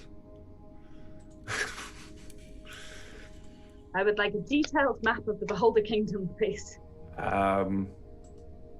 Give me a moment. Okay. And there we go. There will be a detailed map of the Beholder Kingdom when it uploads into the chat. Don't know whether we'll actually be able to see or everyone else will be able to see it, but it's going to be in the Facebook chat regardless. Yeah, I got it. Well, it hasn't come through that clearly for some reason. No, there we go. It's just been slow. Okay. Oh wow, that is a detailed map. This guy's perception must have been fucking outstanding. He did say he spent weeks there, I guess. Mm-hmm. Okay, so where are we on this map? The vestibule. As you are looking at it, oh, sorry, old man.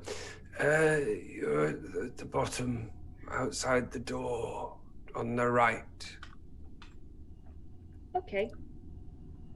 So we would be going in through the vestibule into the room full of traps, yes? I didn't see any traps. It's on the map you sent me, Rich. Am I not allowed to use that information? It's okay. There were strange pits and things. With your intelligence check, you've taken that to mean that there are potentially traps in that room. Yeah, I won't go so detailed on this map and know where the traps would be placed, because I think that would be ridiculously unfair. So yeah, that's cool. Okay. Thank you very much for your help, Gavin. That actually will be very valuable, I think. There were maybe some other rooms, but I did not venture into them because of the noises. Let's hope there were no other rooms. Do you want to cover off some of this for bits I don't know then, if there were places he didn't go? No? Okay. Thanks. Liana, do what you need to do.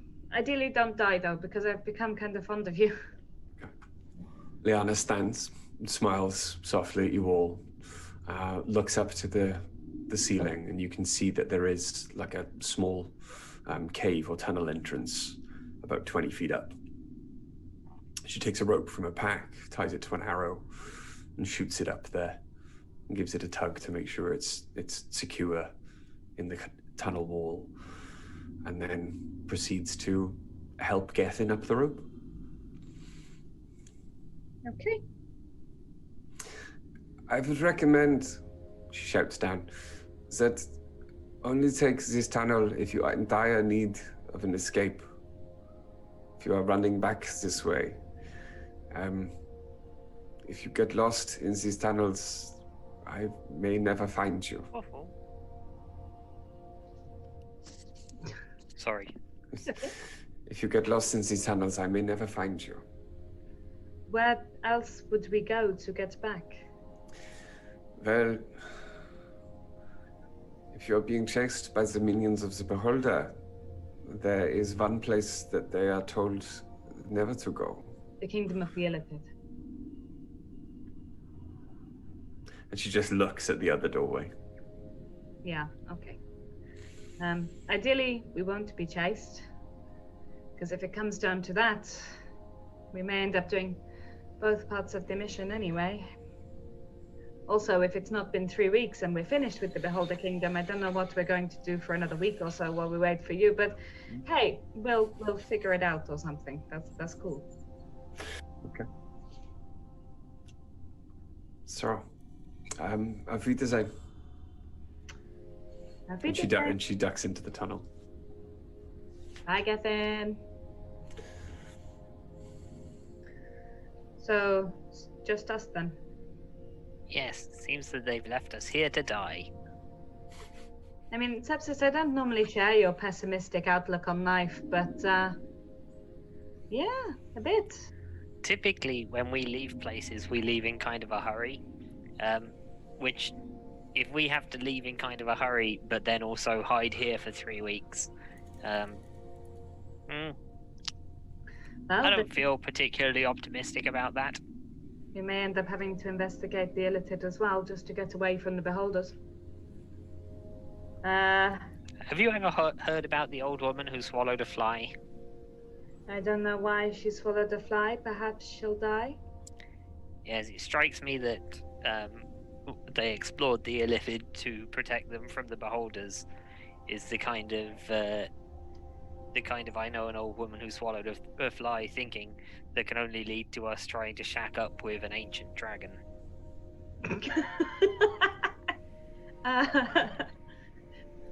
Sorry, that actually caught me off guard. I don't want to do that. Nor do I. I know. But I also don't want to spend 3 weeks in this, let's call it, palatial cave. Now, come on. You don't want to sleep somewhere where there's a giant dead lightning monster over there? Hey, no, we really don't have time for me to try and find interesting body parts to sell. It's okay. I was going to look, it'll probably have some way of producing the lightning that we might be able to steal and then sell later, which could be valuable. But, yes, I don't know if we'd be able to preserve it for long enough.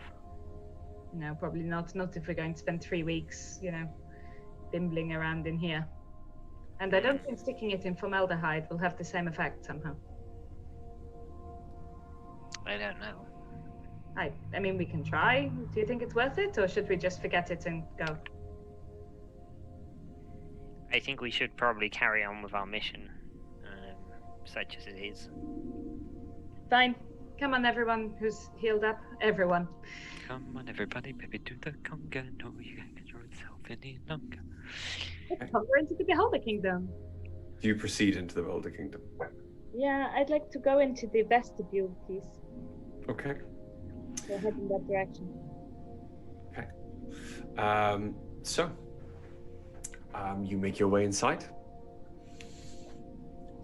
The tunnel, as it's presented to you then, is dark and wet, and as you proceed, there seems to be less water dripping slowly down the walls as it is sludge and slime.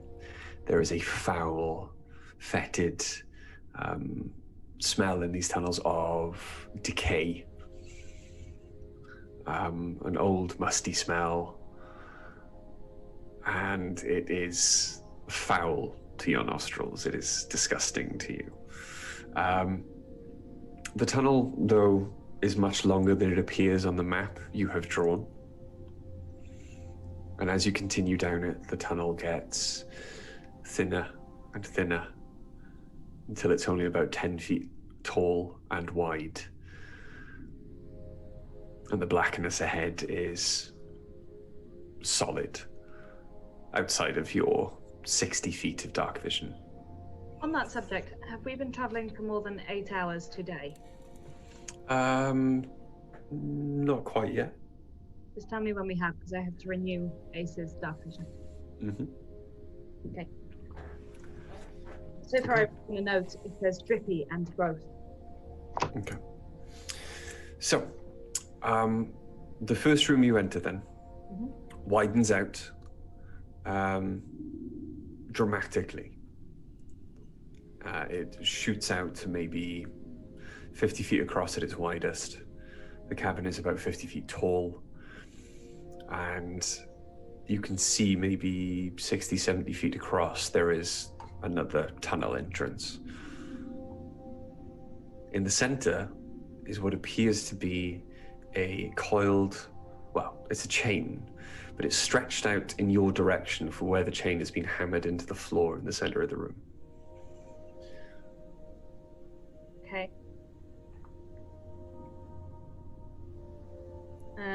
No, just to check, Rich, is this the vestibule or the first room? First room. Sorry, dog's being a lunatic. Okay.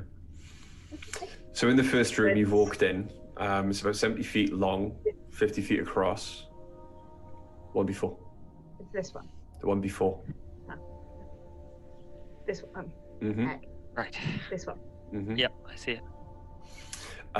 In the center of the room is a very thick chain that's secure in the middle of the room into the floor.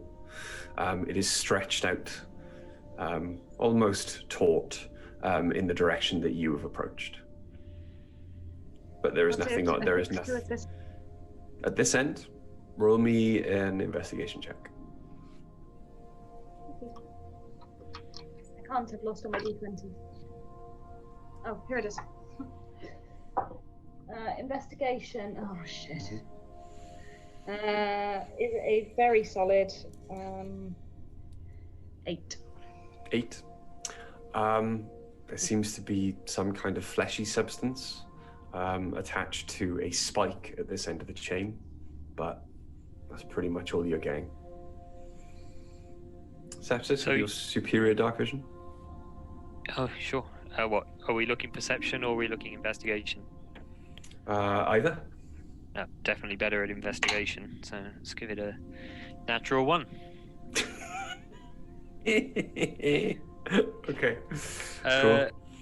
So what are you saying? There's the chain is secured in the center of the room and it's pulled taut towards us. Yeah.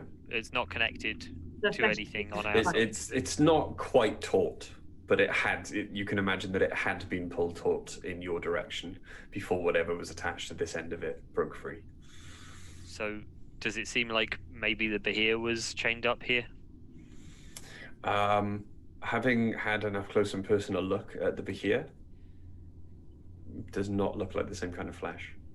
It's brown and decayed. Whatever was chained up here, I hope it's long gone. Say that again. Sorry, Miller.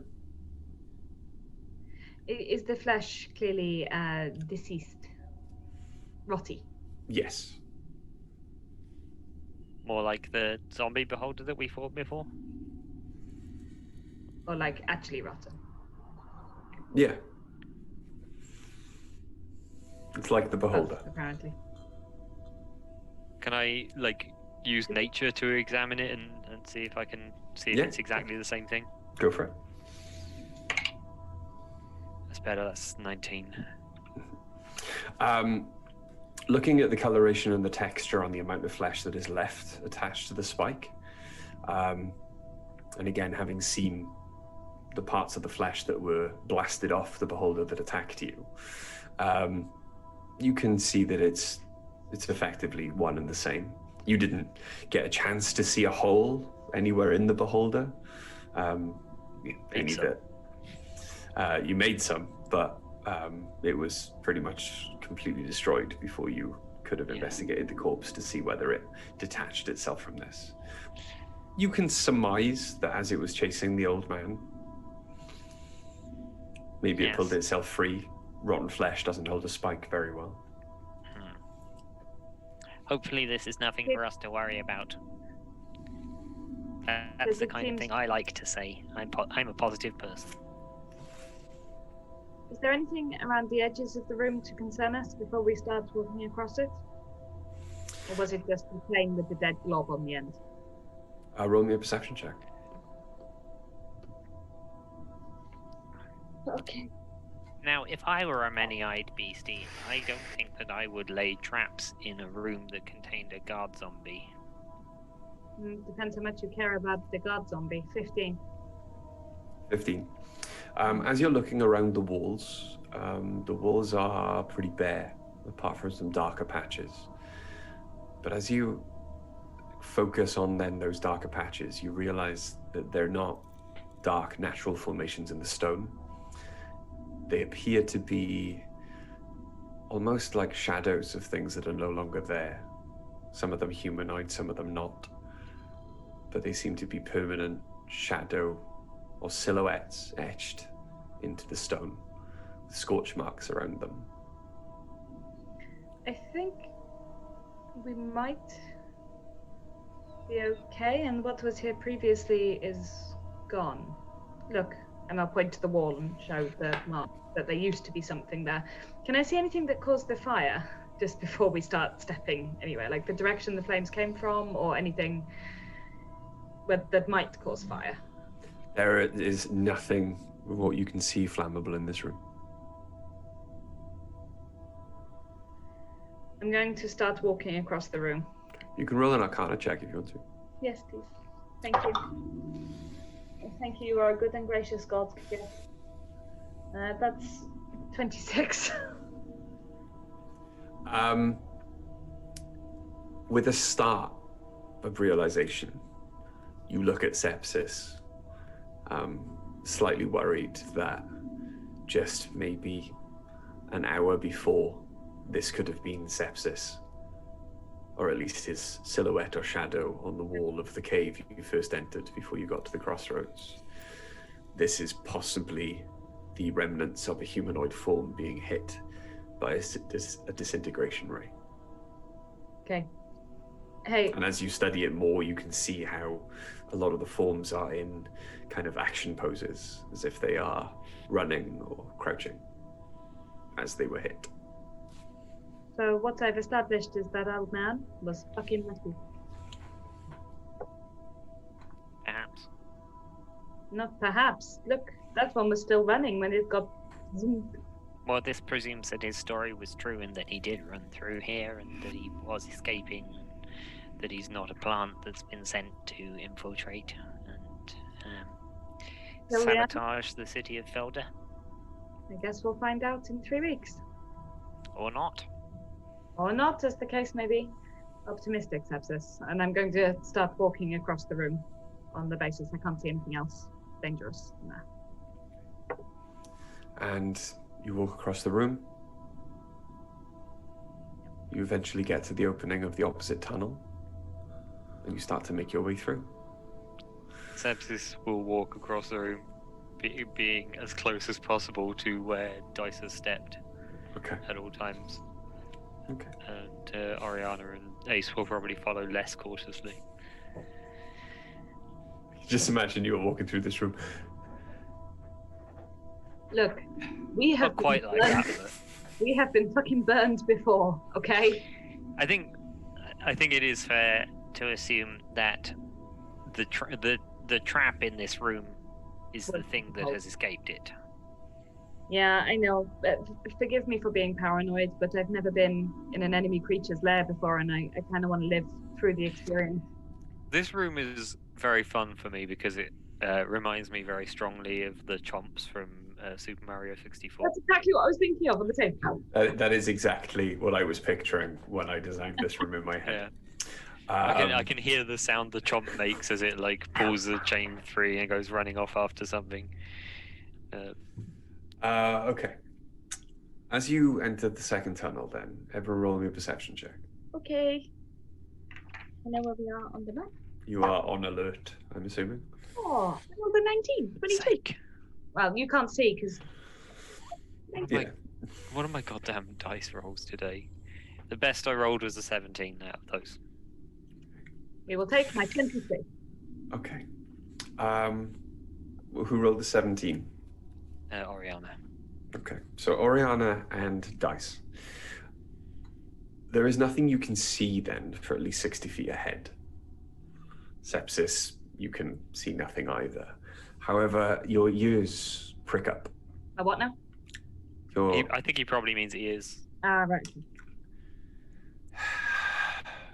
Your ears prick up to the sound of shuffling feet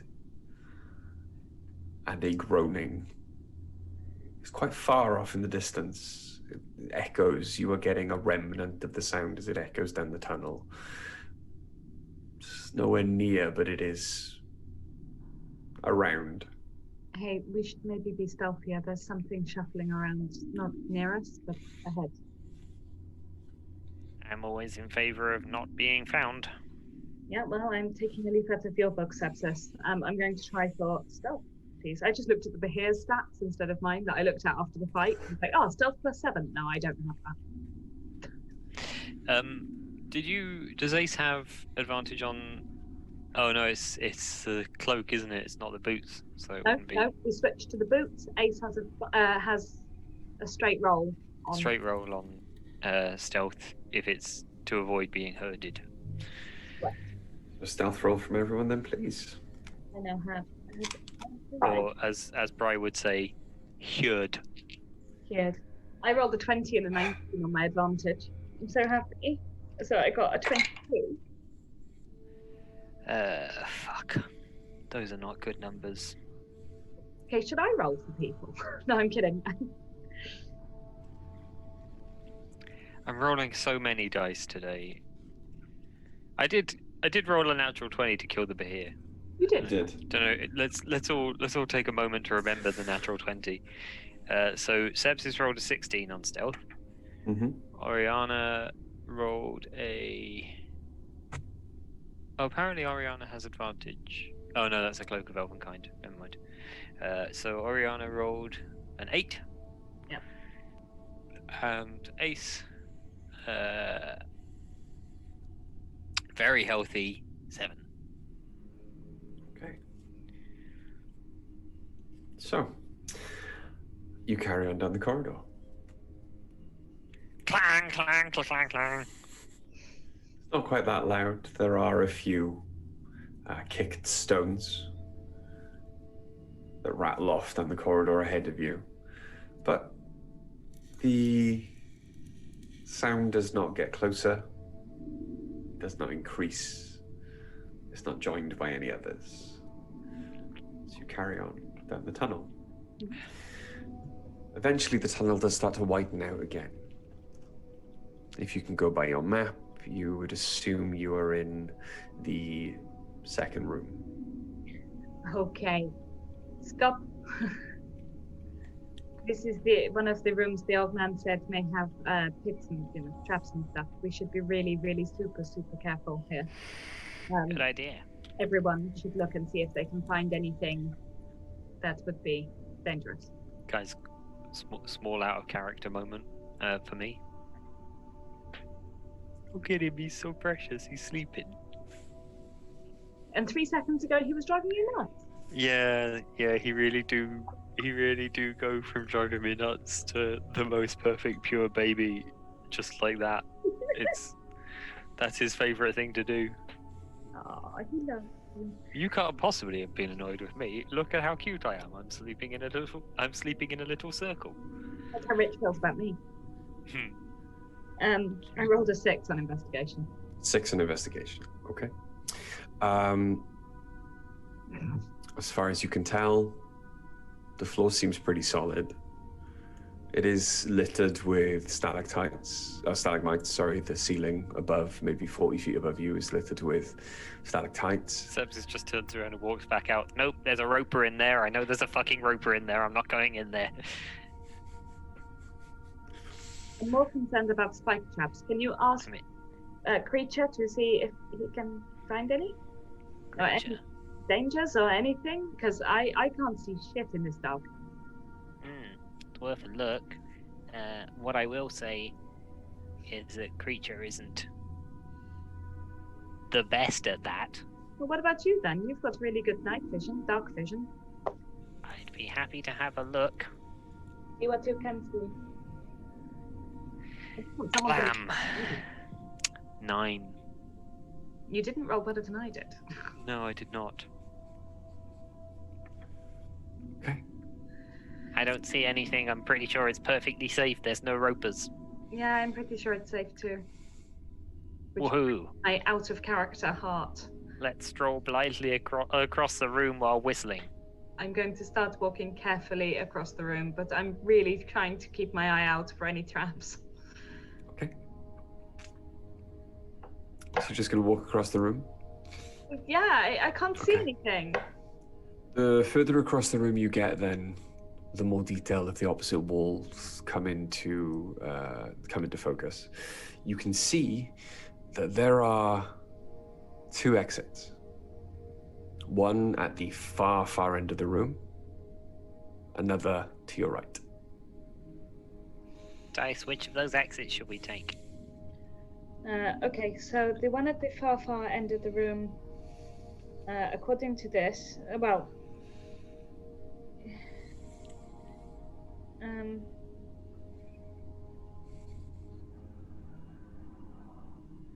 so we can see. Right, okay. Are we most of the way across the room, Rich, or are we like halfway? Like in the center. Okay. The one right at the far end, I think, leads out. It's not. Leads to the prison. Yeah. What the hell is the prison? On the map. Yeah, but I'm thinking it's not somewhere I want to go. The other option is to turn right, but that room is where the old man may have heard some stuff. What sort of stuff? He just said stuff, moving around and being spooksome.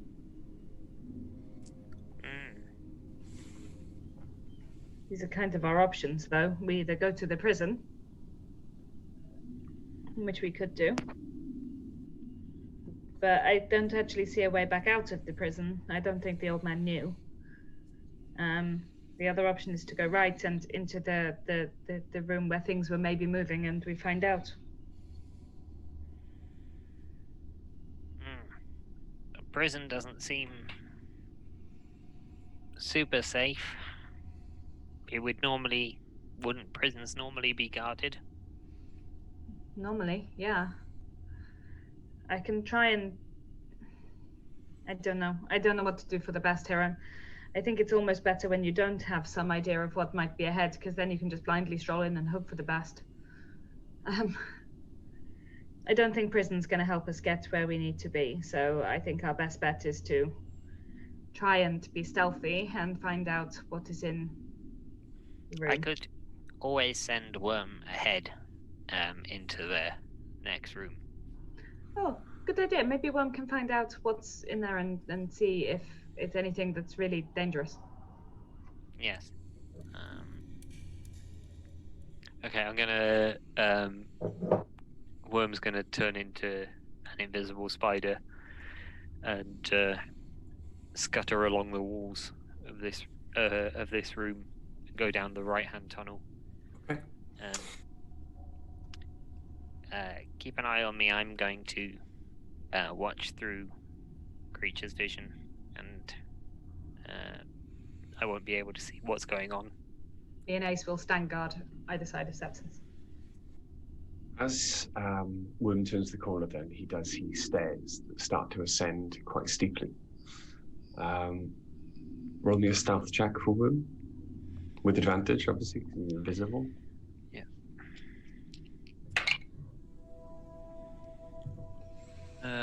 Stealth plus. Yeah, so it's 21. So as Worm continues then, slowly up the stairs,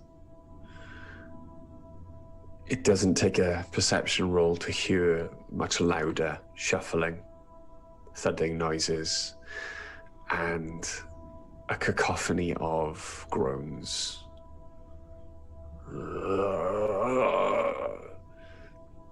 But there is light in the room.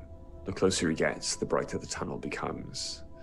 And as he gets to the top of the stairs, he can see into what maybe once was a camp, a barracks. There are beds, broken, destroyed, piled up on one side.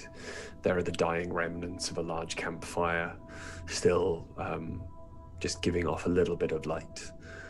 But you can see that it was once much larger and has been allowed to burn very, very low. The room is also chock full of zombies. Humans, hobgoblins, goblins, many different types of creature. There is even one standing at the back, just kind of bumping into a wall that looks like an ogre. How do they look in terms of, their bodies holding together? They are rapidly decomposing. There are some that are walking around in small circles because they're, one of their legs is quite literally hanging off. There are some without limbs, like arms.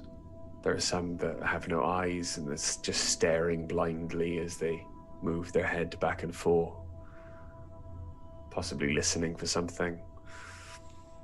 How high is the ceiling in this room? Ceiling in this room, maybe about 30 feet. Okay, I think Worm is going to scuttle up to the ceiling and make their way across the room and see what exits there are and what's out the other side of it. Okay. In this room then, as Worm scuttles up to the ceiling and he's moving across, I'd like you to make a perception check for me. Yeah. Not bad. 16. 16. Something catches Worm's attention as he's scuttling across the ceiling. It might have been the wind, it might have been a strange drip of water, but Worm darts to the left and eventually comes upon a large hole, maybe 5-6 feet across, that seems to lead straight up.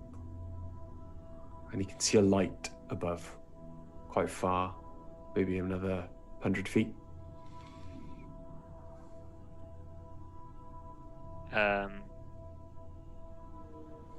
Okay. That's cool. It's not daylight, it's a cool blue light. Something to explore. Worm will carry on past that hole towards the far end of the room to see what the exits are. He sees more shattered debris. As he looks down, you can now see that there are maybe 30 zombies in total in this room. But off to the right, there does seem to be another tunnel that, as he gets closer, appears to lead again up another set of stairs. And it's not blocked off in any way? No. And do the zombies ever approach this exit? Some do. You can see one wandering out as you look. Another 2 wandered down the stairs. Okay.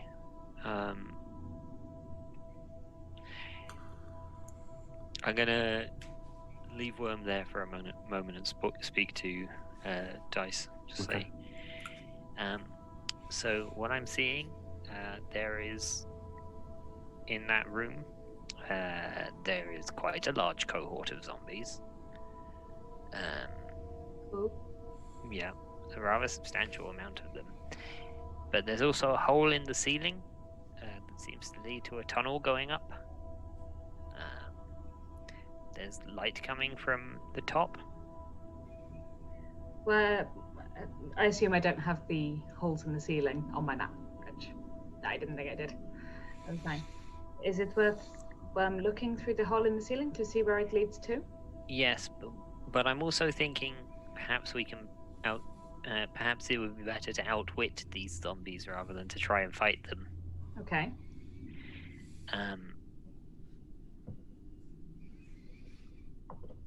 Zombies eat flesh, I believe.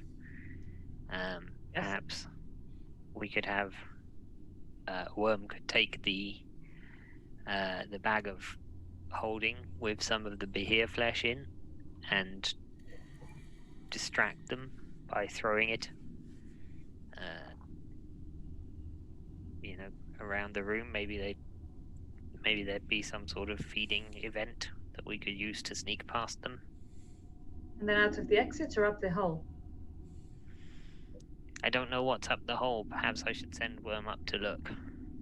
Well, if you wanted, you could do that, and I don't really want to split us up to go back and get the hair flash. I was going to say we could go back, 2 of us could go back and get the hair flash, but no, explore the hole first and then we'll decide what to do.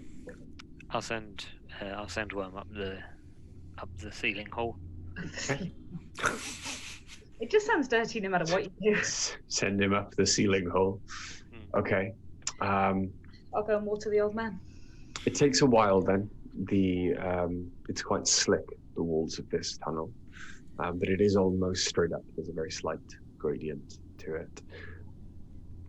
After a few minutes, Worm eventually gets to the top.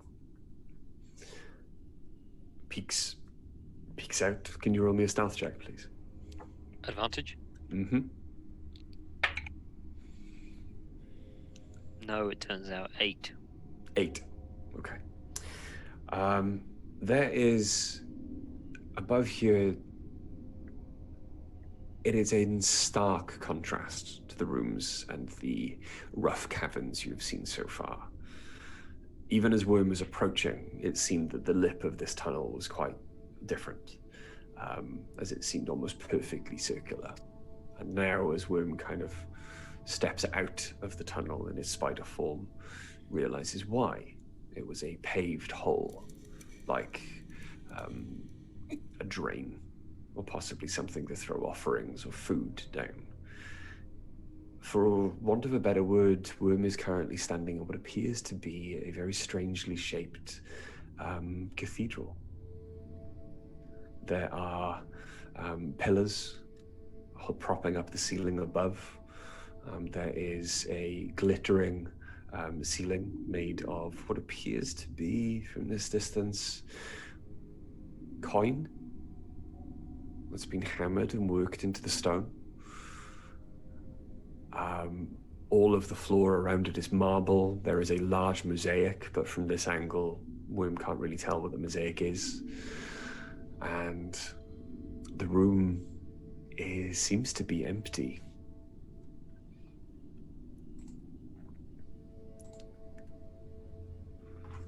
From what Worm can see, there are 3 exits.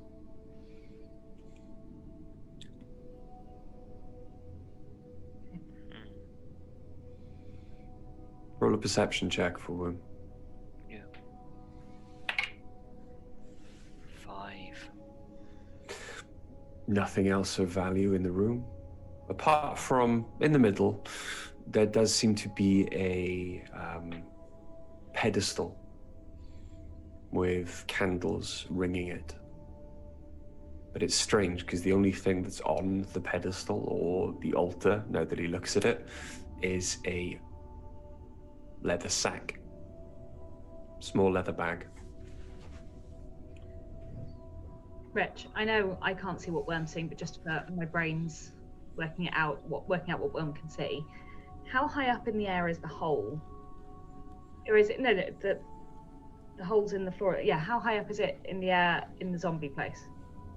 It is just in the ceiling, maybe 20 foot off the floor. Okay. Off to one side of the room.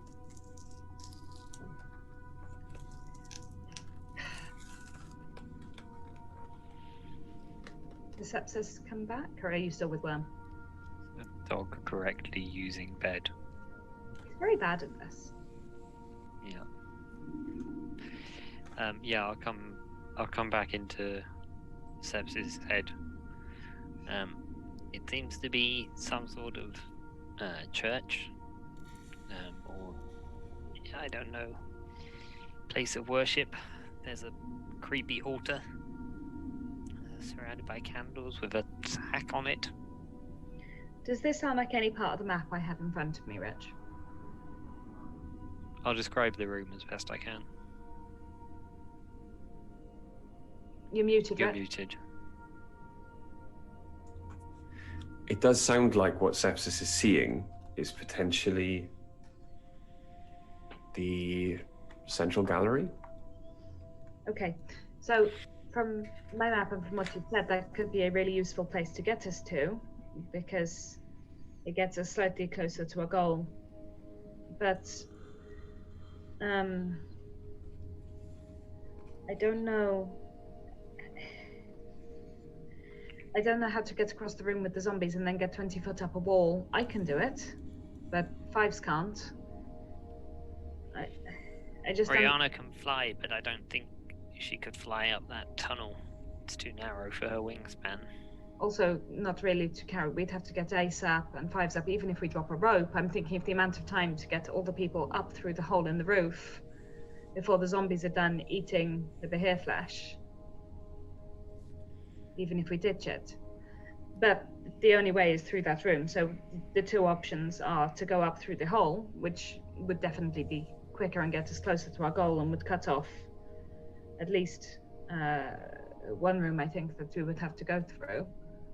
But it's whether we can actually get up it to do it. I think you're right. I think the best way is to draw off the zombies to the other side of the room, perhaps under the hole, and then try and sneak through down the stairs, because I can't. Yes, I can do it with ease, but I'm not sure how long it would take people to get up a rope, particularly with the amount of zombies and how quickly they're going to eat the Behir flesh. Do those stairs go anywhere that's useful to us? The stairs will take us into the next room. From my understanding of the map that Gethin gave me, they would take me into the next room, and then we would end up in the cathedral anyway. But it depends what's in that next room. I don't know.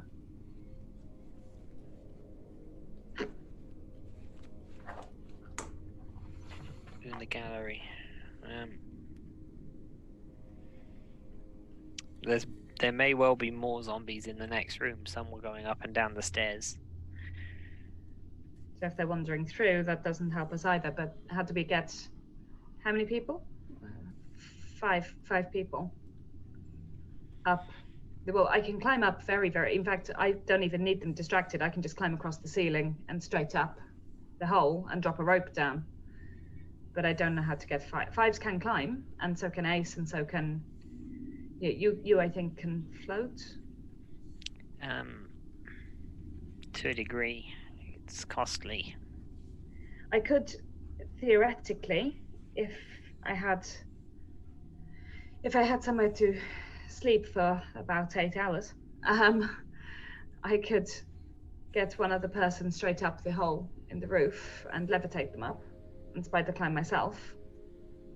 But I don't think we have that kind of time. Well, unless we go back to the room with the Behir. If we're supposed to spend 3 weeks there, I'm sure one night wouldn't hurt. I'm thinking that might be a good idea to give us a little bit more, because I know we used a lot of spells between us. I'm thinking this place, we're not going to find anywhere safe to actually take a rest, perhaps. But I'm sure we will eventually, maybe, but... We could also gather some of the Behir flesh if we were back in that room. Perhaps use Creature to lead the zombies away, which gives us more time. If we were able to find a decent hiding place, perhaps we could even, if Creature can stay ahead of them, zombies aren't necessarily that fast, he could lead them out this way, out the way we came in, past us. Well, is there anywhere we could hide in here? There are lots of stalactites, stalagmites rather, True, that we could hide behind. It's true, but Ace and Fives are super shiny. Are there any like little, I don't know, carved out bits in the walls, or any like little nooks we could hide? Oh, again, I actually have an idea of somewhere we could hide. Go on. For an hour. Again, this is something I could only do tomorrow, not today. For an hour, I can get us completely out of sight. I can use rope trick, and we can hide for an hour. Sounds excellent. I can do spider climb, get up the hole, drop a rope. We can get everyone up, or Ori can just fly up and use it, and I can save the spell slot either way. I don't think Ori can fly up that tunnel.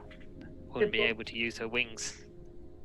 Good point, well made. Okay, I can climb up it. That's fine. But that will be 2 of my second level spells used, and the last one is Dark Vision for Ace for 8 hours. So I won't be able to do any of that again a second time if we need to. But it would get us into the next room, and we could work out where to go from there. It's a good start, right? But then, of course, on the way out, we then have the zombies again. Well, I mean, if Creature can lead them into the room with the Behir, they might be so busy feasting on the dead Behir that they get quite distracted for a long time. Or they wonder Worm could lead them into the Illithid Kingdom, who I suspect wouldn't. Perhaps. That could be quite effective. It could be, and it may get them out of our way on a more permanent basis. Wandering zombies causing trouble in the kingdoms. Indeed. It's as good a plan as we have right now. I think it's not a bad idea. We'll go back to the Behir, take a rest, carve a load of chunks off the Behir, put them in the bag of holding. Oh, that's going to be really sticky. Yeah, I think that's currently our plan, Rich. To okay. Our way back out. First of all. So you make your way back out? Yeah. Cool. Okay. Roll me a stealth check. Okay. I will roll all 4, Greg. Don't worry. Oh, I can roll at least 3. I've got advantage. Nice. Oh God, I should have let you roll. Mine's not great either, to be honest. I don't think you should have done. Oriana rolled a 16. but it's a 8 for sepsis, Mm-hmm. and it is a 5 for ace. And Okay. a 12 for dice. Okay. So, as you start to leave, what are you doing with Worm? I'll just Pop him out, pop him back in. yeah. Okay. As you begin to leave, then, you do hear a louder groan from behind you that comes just a moment after Ace kicks a stalagmite. Yeah, that sounds right. The stalagmite crumbles and crashes to the ground. There is an increase in the sound of shuffling feet, and they seem to be coming towards the source of the noise. Okay, cool. They're not that quick, right? From what you know of zombies, you've seen them before. They don't appear to be. Okay. I'm going to have to make some executive decisions here as Mhm.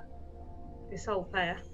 So I'm going to suggest to everyone that we put on a burst of speed. Okay. We go less stealthily. We need to get somewhere we can hide. So Okay. I'm going to have to... I mean, I could... Okay, for this to work, no, I'm going to cast Rope Trek. Now. Okay. Have a long rest, hopefully, before we execute the plan. So to try and keep us safe for now, I'm going to cast Rope Trek and drag everyone up into my little box. Where are you going to cast it? In the room? In the big room that you're about to leave? In the tunnel? Where are you going to cast it? In the tunnel. In the tunnel. So you're going to get into the tunnel first, then cast Rope Trick? Yeah. Okay. And then I'll get everyone up it and then pull the rope in after us. And we'll sit in our little invisible box for 1 hour in the hope that the zombies will get bored and cut back off again. Mm-hmm. So you throw the rope up into the air. As you do so, it just hangs there in midair, but you know what's at the other end, and you begin to climb. At the end of the rope, everyone sees you disappear. They remember exactly what you've done, and they all climb up after you. Oriana flapping her wings slightly just to get the boost. And eventually you do all disappear into your little hidden bubble at the top of the rope. I'm going to spend the whole time watching what the zombies are doing and hope that they'll go back. Okay.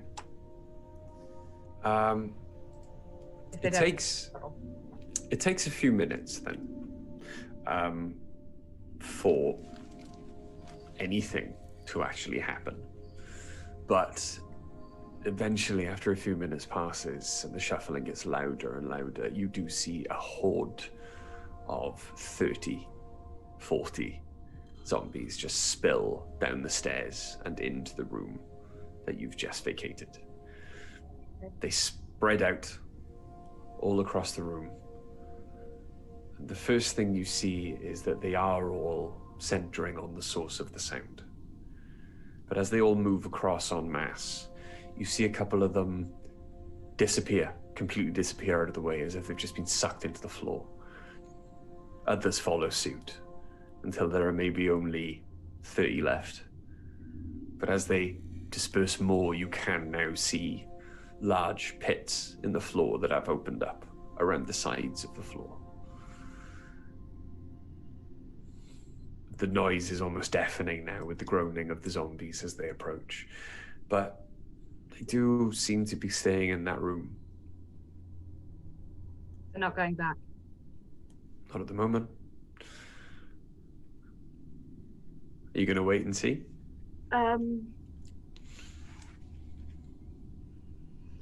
What I would ask, tell me if you think this is a stupid idea, because I'm essentially running three other people. If Sepsis can get Worm to go back into the room the zombies were in and create a loud clatter in there to draw the zombies back. Okay. Get them back out of the room so we can essentially get out and go and find somewhere to rest without triggering the other zombies. It's the best. As you discuss quietly your potential plan with everyone there, you do see some movement from the opposite end of the room. And down the same stairs that they followed, you see a much more alive, full of vitality, floating eyeball glide into the room. This one is again not like the others. It is smaller than the zombie beholder, much larger than the gazer you saw, and it seems to have 4 eye stalks around a central eye and a long, thin tongue that drapes out of its mouth and drags along the floor as it glides. The 4 eye stalks, 2 of each, extend from the side of its body instead of out of the top. And it immediately seems to circle the room, both looking and, after a moment, you realize, herding.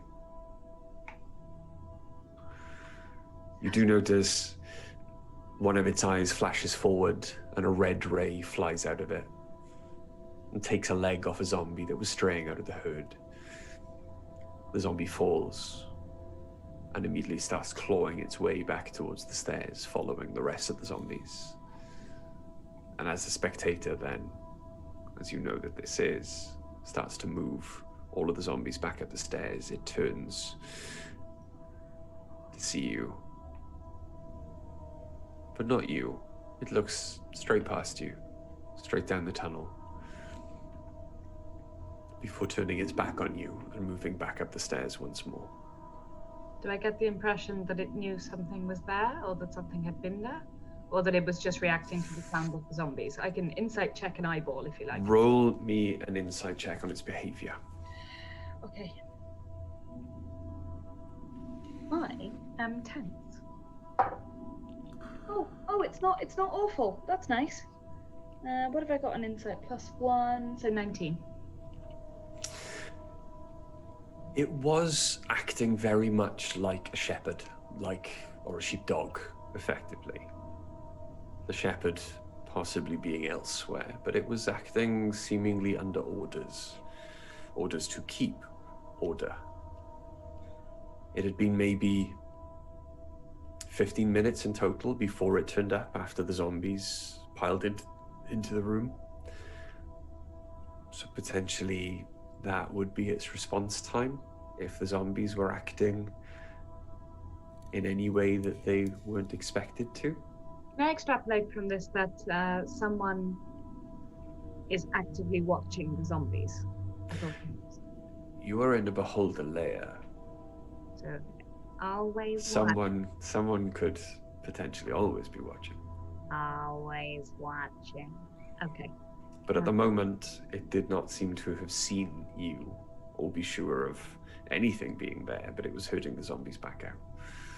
So, you can extrapolate from that, potentially, that if the zombies were distracted or they were acting out of the ordinary, you might have a 15-minute window. It's not a very big window. I mean, it's big enough for what we'd want to do, but... Okay. We will hang out in the box for an hour until the end of the spell, climb back down just before the end of it, and make our way back to the Behir room, and then I'll explain to Greg very quickly what we just saw.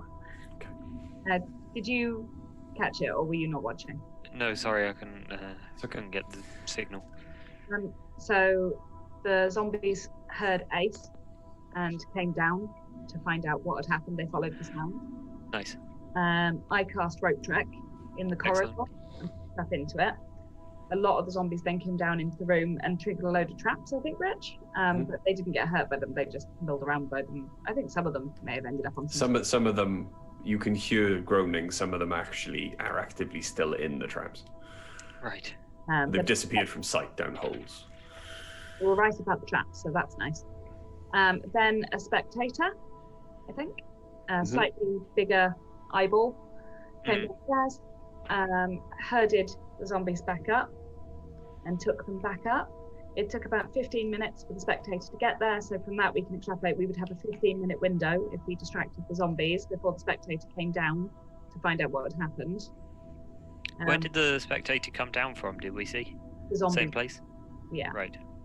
And from that we can sort of assume they're always watching.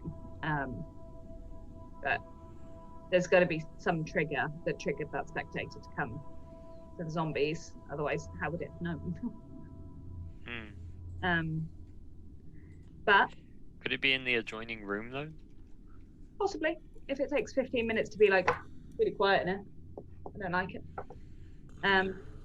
But then we decided to stay in the rogue trick box until the end of the spell, and then go down to the Behir once we're sure the zombies have gone. Okay. Yeah, that's what I did. I didn't break anyone. Cool. So yeah. So you're going back to the Behir room? Going back to the Behir, but now we're there. Okay. Roll me another stealth check then, please. Yeah, I love rolling stealth checks.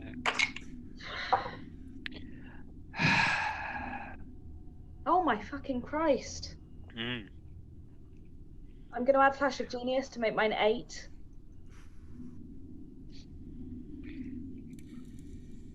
Nine for Ace. That's probably less crap. 7 for Oriana. 15 for Sepsis. Well done, Sepsis. Okay. We might be out of range. Now you're slightly further away. There you go. You're slightly further away. Did you roll a natural That one? was- Shall I guess? Rolled a 2. It was very patronising, but I'll take it. So, as you make your way out, the shuffling and the groaning does get quieter and quieter as you make your way back through the tunnels, until eventually you find yourself at the crossroads in the same room with the dead Behir. There is a pungent aroma coming from it now. It's not decomposed that much. You've only been traveling for about 2 hours.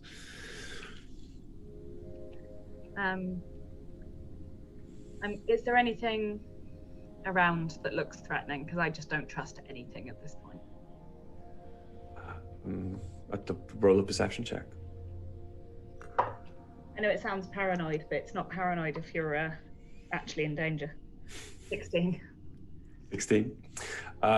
There is nothing at the moment that you can see in this room. However, there is a only just perceivable soft squelching noise coming from the other corridor. Okay. But I think we know what that is, don't we? Or what we think it would be. You haven't seen it, but you've been told what it is. And it's chained. We were told that too. Okay. Mhm. Okay. I think if we can get all the zombies to stampede past us after some tasty meat, it would take the spectator even longer to round them all up and get them back. The spectator moves quite a lot faster than the zombies, but I think if they were eating at the time, they'd be less likely to pay attention to what the spectator... Yeah, but I mean, you said it took about 15 minutes to get here. If we waited for it to go past, it would be, it would have, if the zombies run all the way out here into where the Behir is, it might take it longer to get them back under control if they've got a feast in front of them. Also, and it would have to travel further. It can only move, it can go quickly on the way out, but it can only move at the speed of the zombies on the way back to herd them back. And zombies... How efficiently was it able to herd the zombies?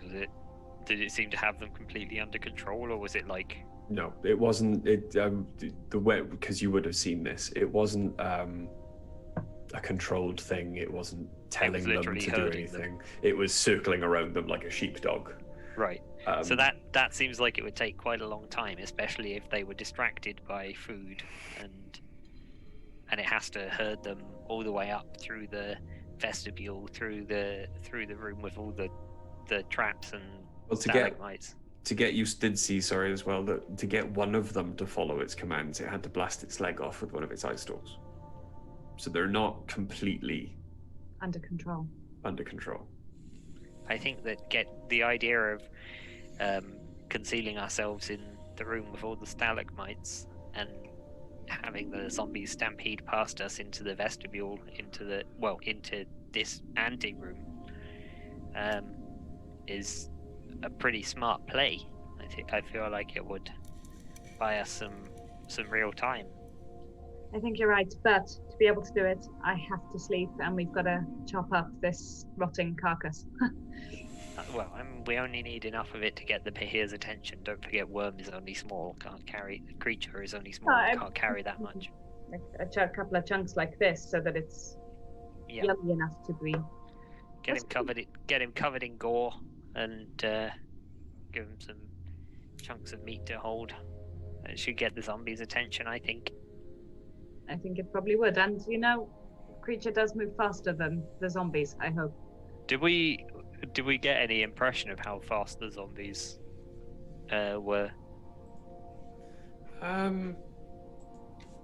From the way that they piled into the room and then dispersed, they do appear to be slower than all of you.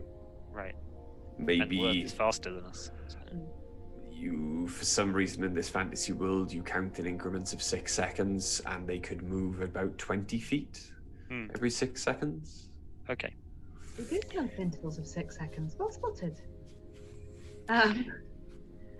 Okay, is there anywhere, the entrance to this place was completely trashed by the purple worm, wasn't it? Mm-hmm. How did Liana get out of here? She climbed up the wall into a hole near the ceiling. Okay. I don't think that we'd be able to lead the zombies all the way out because the Behir corpse is going to be too much of a draw. No, I'm looking for somewhere to sleep. Ah. So yeah, as you look up, there is still a rope there, in fact. Liana didn't take it with her, just in case you needed it. Maybe up there would be reasonable. It's better than sleeping here where anything can come across us. I mean, anything can come across us anywhere, but... I agree. I don't feel very comfortable about spending the night here. Although apparently we're supposed to spend,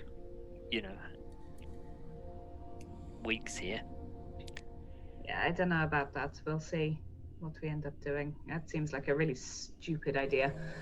And many things, but I'm not usually stupid. I'm going to try and climb up the rope. This is stupid. I'm very tired. I'm going to try and climb up the rope and see what's through the hole. Make me an athletics check. Yeah. Natural 20. Nice. You fly up the rope. The hole that you get to is maybe just over 5 feet across. However, it does lead into a much wider tunnel. You can surmise that this hole has maybe been chipped through from the other side as like a quick entrance into this, or perhaps just a place to watch from, because it is quite concealed. You wouldn't have noticed it was there unless Liana had pointed it out as an exit. But the chamber you get into before it then carries on into a tunnel is quite wide. There are some old desks, like trashed and moldy kind of blankets and bedrolls up here. A pack that has long since decayed and fallen apart, but you can tell it was probably once a backpack stuffed off in the corner. Okay, it's pretty safe, I think. Okay. Sepsis, athletics check, please. No, I'm going to have Oriana fly me up there. Okay. Cool. That's simple enough. Can you roll me an athletics check for Ace, please? Certainly. Fucking Sepsis roll an athletics check, you lunatic. -7. That's a 23 for Ace. And behind Ace, Fives very easily also makes his way up. Can't catch Ace because Ace flies up there quite quickly as well. But eventually you are all situated in the small chamber. I realise that we want the meat to be as fresh as possible. Mm-hmm.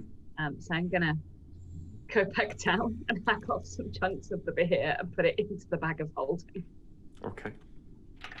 How much meat do you want? About the equivalent of 2 large roast chickens. Okay. I don't know what measurement. That's fine. That's easy enough. It's got to be, of a size and weight that Worm can hold. You've seen Worm carrying things. You get, Worm has carried the badger before. Yeah.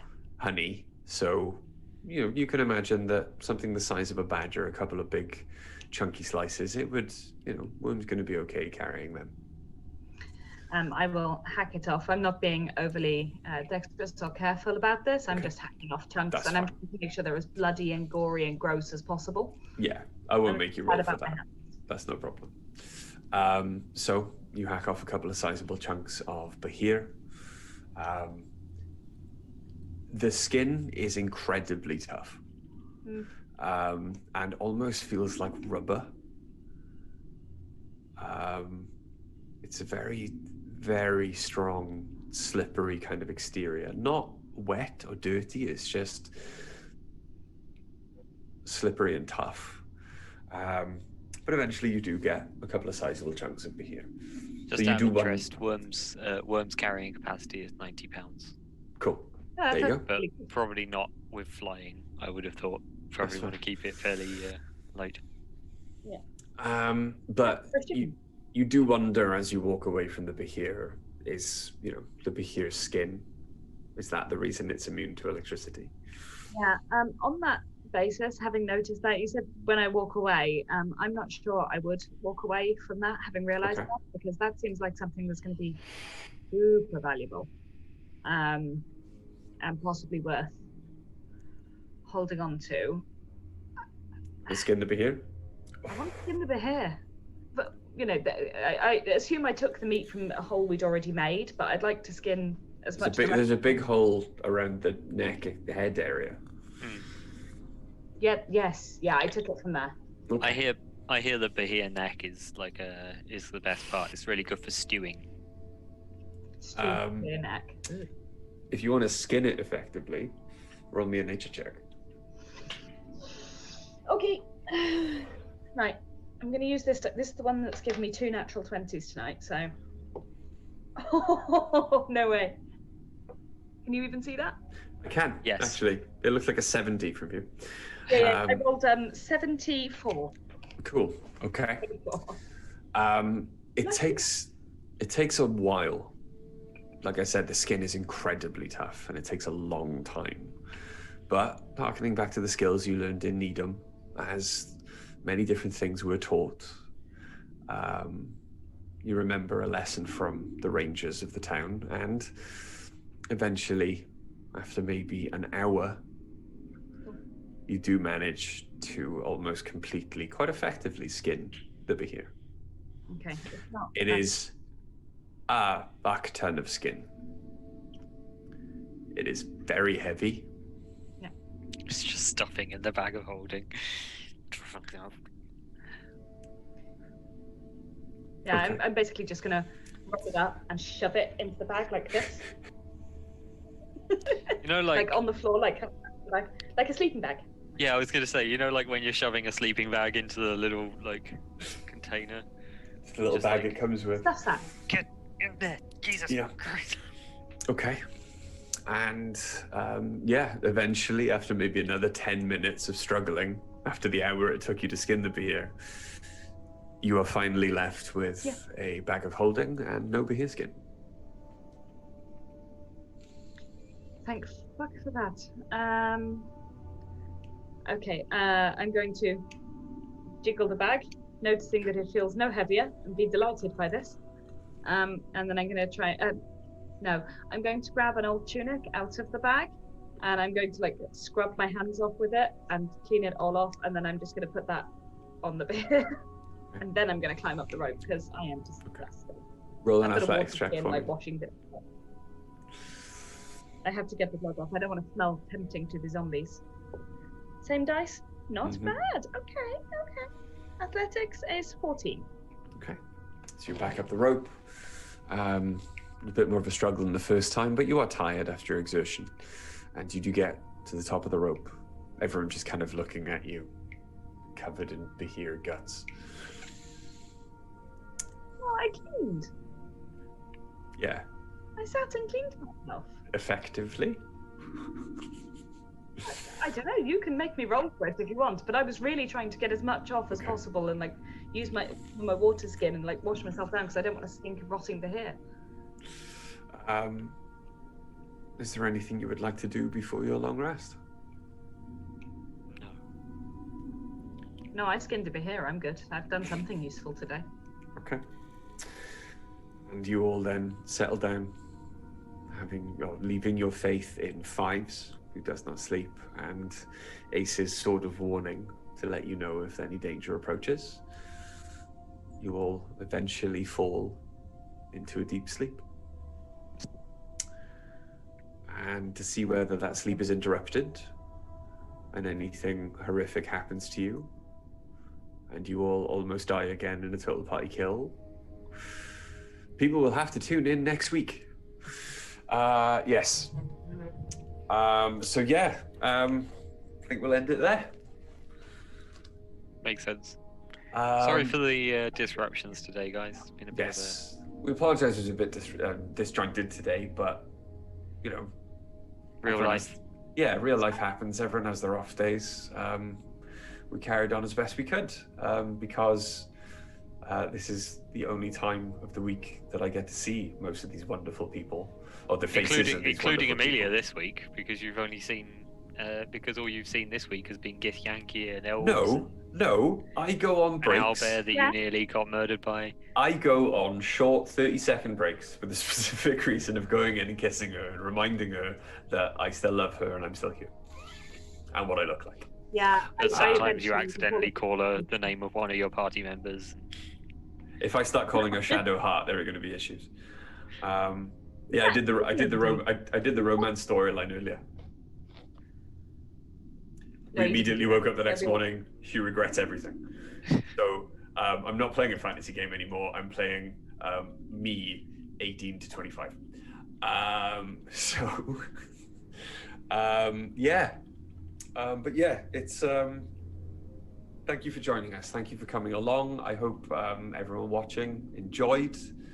I hope you guys enjoyed. Very much so. I love nearly dying.